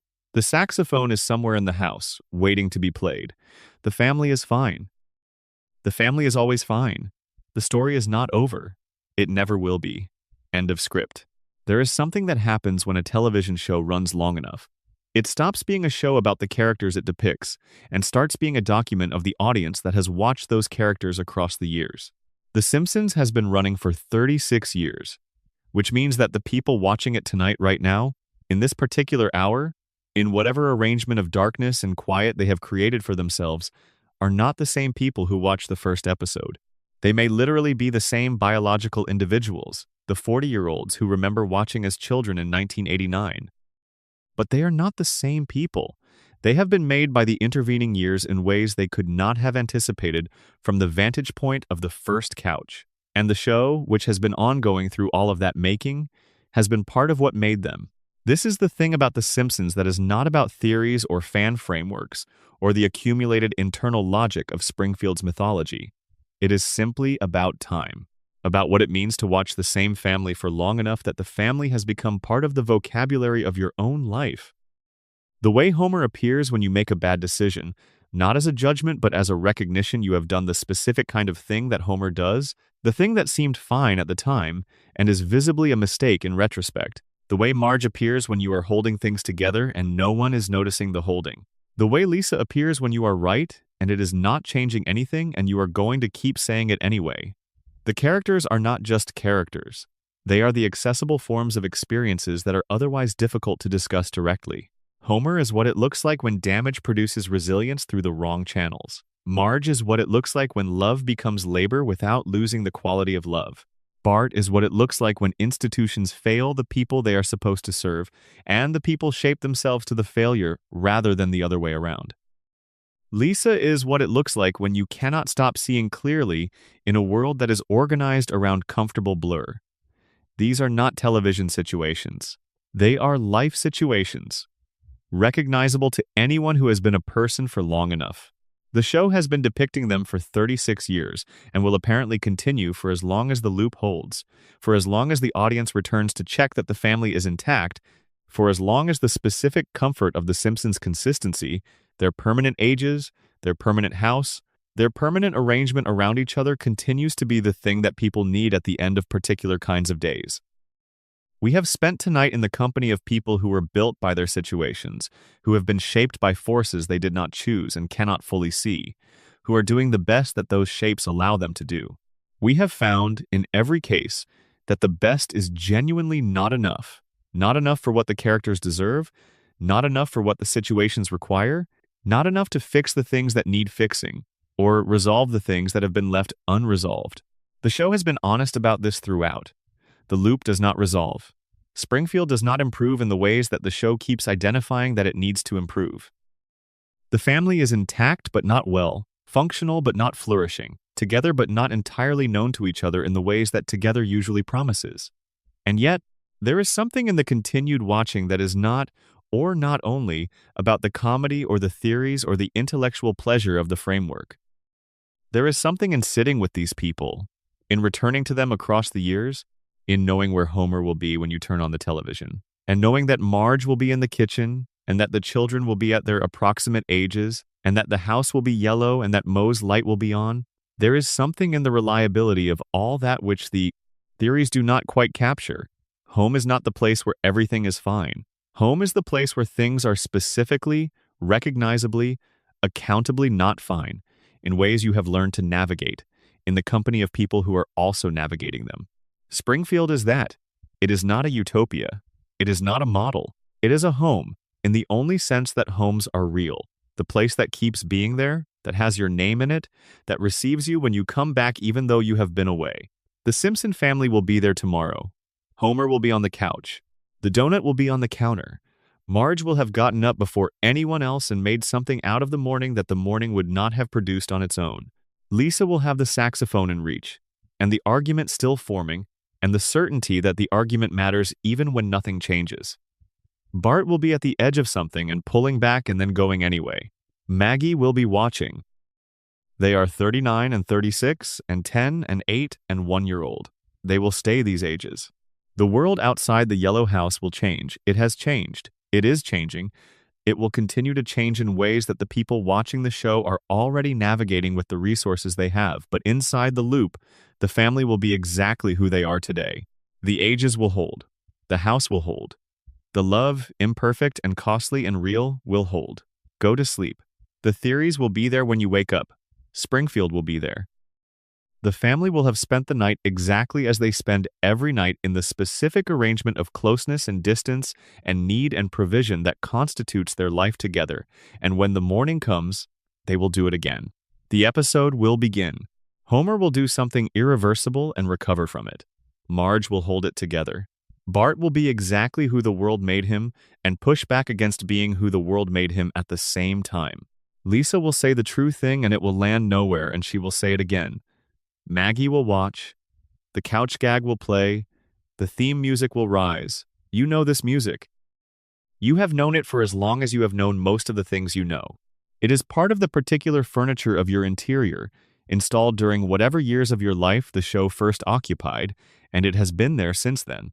Reliable and specific, and yours in the way that only the things that arrived early and stayed are yours. Sleep well. The loop holds. The family is intact. They love each other imperfectly and completely in all the ways that matter and some that don't. They always will. Good night. A note on the loop. There is a question worth sitting with before you fall asleep. A question that the 2 hours of Springfield we have just traveled through circles around without ever arriving at directly. The question is why? Why does a show about a cartoon family in a fictional American town generate the kind of sustained, serious, multi-decade intellectual engagement that we have been exploring tonight? Why do people build elaborate theories about the internal logic of a place that does not exist? Why does the mystery of Springfield, the question of what is really happening beneath the comedy, the accumulated weirdness of 36 years of jokes and contradictions and buried storylines, continue to matter to people who have had access to the official answers for decades? The official answers, as we have seen, are, it is a cartoon. It is for comedic purposes. The continuity errors are not intentional. The floating timeline is an industry convention. Maggie did it. Homer is not in a coma.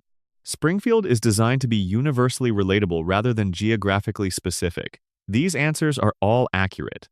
They are also persistently inadequate. People keep building the theories. People keep finding the patterns. People keep sitting with the show's contradictions in the way you sit with a text that has more in it than the first reading reveals, the way you return to a piece of music and find that it is doing something different than it was doing the last time you heard it, the way you revisit a place you know well and discover that the knowing was incomplete.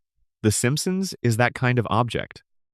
It has been on the air for longer than most of its current audience can clearly remember, and in that time it has accumulated enough material, enough internal history, enough accumulated reference and callback and contradiction to sustain the kind of reading that we have been doing tonight almost indefinitely. There is always more. There is always another thread to pull. The show is not inexhaustible, nothing is, but it is very, very large, and the largeness is part of what makes it the kind of cultural object that generates not just viewership but sustained imaginative engagement. Part of the engagement is straightforwardly about the comedy. The Simpsons is genuinely funny in ways that have survived the decades better than most of its contemporaries. The comedy has aged unevenly. Some of it is immediate and timeless. Some of it is specifically of its moment and slightly incomprehensible, now to people who were not alive when the moment was. But the best of it is as precise and as alive as it was on original broadcast, and the best of it is a very high standard. The show was made by people who cared about jokes as a form, who understood structure and timing and misdirection and the specific pleasures of a well-constructed gag, and the caring shows in the work. But the comedy is not sufficient to explain the theories. People do not build elaborate radiation contamination frameworks for shows that are simply funny. They do not spend years tracing the emotional architecture of characters who exist only to produce laughter. They do not return, decade after decade, to the question of what Springfield really is and what its residents are really experiencing and what the show is actually, underneath the comedy, trying to say. They do this because the show is about something. It has always been about something.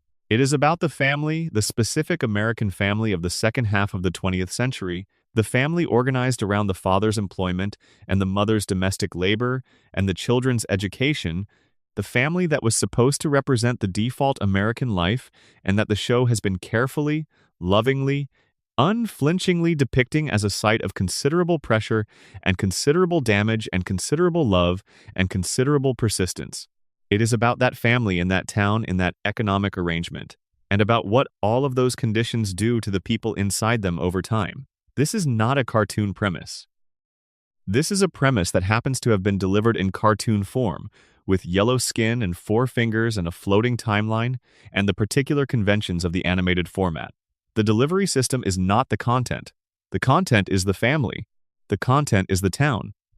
The content is the accumulating decades of evidence about what it costs to be a person in a specific set of circumstances that are not of your choosing and that you are nonetheless required to navigate. The theories are the audience's way of engaging with that content at the level of seriousness it deserves. When someone builds a framework about Springfield's nuclear contamination, they are not simply being inventive about a cartoon. They are identifying something real in the show. A consistent pattern of cause and effect, a coherent internal logic, a set of consequences that the show has been depicting without ever fully naming. The theory names it. The theory says, this is what the show has been telling us. Here is the structure underneath the jokes. Here is the machinery that produces the comedy. And when someone builds the coma theory, they are doing something similar but more emotional. They are identifying the sadness that runs underneath the comedy like a current. The specific quality of longing that the show has been depicting in Homer from the beginning, the longing for the family to be okay, for the children to stay young, for the love to be enough, for the life to be worth the living. And they are constructing a framework that makes that longing visible as the structuring principle of the show itself. Homer is dreaming. The dream is love. Everything is in service of the love. These are not crazy interpretations. They are generous ones. They are the interpretations of people who have watched carefully enough to see what the show is doing beneath what the show is appearing to do, and who have cared enough about what they found to try to build a framework that honors it. Springfield rewards this kind of attention. It has been rewarding it for 36 years.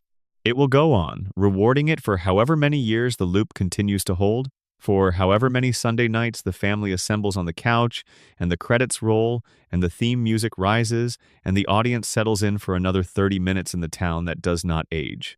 You have been there tonight. You know the town now in a different way than you knew it when we started, or perhaps you know it in the same way you always did but with language for what you were already seeing. The radiation, the coma, the cover-up, the immortal billionaire, the borrowed identity, the silent genius, the grief and the love and the persistence of both. The family is intact, the house is standing, the loop holds. Sleep well. You have earned it. Springfield will be there in the morning, exactly as you left it, exactly as it has always been. It always is. End of script. On watching. One more thing, before the night finishes completely. There is a specific quality of attention that the best television demands of its audience, a mode of watching that is different from the passive reception of entertainment, and different again from the active critical evaluation of someone assessing a work. It is something in between a sustained, curious, slightly suspended engagement in which you are both inside the thing and outside it simultaneously, both believing in the world the show is constructing and aware of the construction, both caring about what happens to the people and knowing at some level that nothing actually happens to them because they are not actual people. The Simpsons has produced this quality of engagement in its audience for 36 years with an unusual consistency. People watch it the way you watch something you care about, with the specific quality of attention that caring produces, which is different from the attention that mere habit produces, though the show has also produced a great deal of habitual watching. The caring and the habit have coexisted in the show's audience for so long that it is difficult to separate them at this point. To say with any confidence which episodes you watched because you genuinely wanted to be there, and which ones you watched because the show was on and being on was sufficient reason to watch it. What we can say is that the caring has persisted. Across decades of changing cultural priorities, across the emergence of thousands of competing shows with their own particular excellences, across the ongoing debate about whether the show is still good or was better at some earlier point in its history, across all of that, people have kept caring. They have kept coming back. They have kept building the theories and having the arguments and quoting the lines and feeling something when the show produces something genuinely beautiful, which it still does, occasionally, in the corners and margins of episodes that are otherwise ordinary. The caring is the data. The caring is what the theories are built from. When someone spends significant time constructing an account of why Homer Simpson behaves the way he does, and what forces in his history produce the specific configuration of damage and love that he carries through his fictional life, they are working from caring. The caring motivated the attention. The attention produced the observations. The observations produced the theory. The theory is the caring made visible and communicable, given a form that can be shared with other people who also care, who can evaluate the theory from their own attending and say, yes, I see that too, or no, that is not quite what I see, and in either case continue the conversation about a place and a family that is not real, but that has become, over 36 years of sustained collective imagination, something. What is that something? The question is not rhetorical. What is Springfield? What is the Simpson family?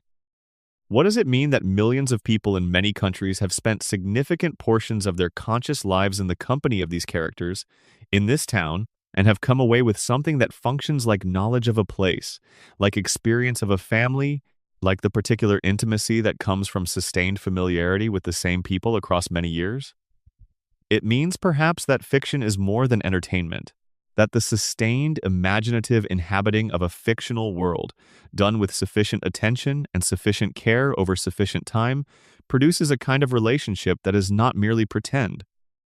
Not real, in the sense that Homer Simpson is not a real person and cannot be hurt by our interpretations of him, but real in another sense, real in the sense that the attention we have given him is real, that the caring is real, that the decades of returning to his couch and his kitchen and his plant and his family have produced in us something genuine, something that affects how we see and how we feel and what we understand about the specific human situations the show has been exploring.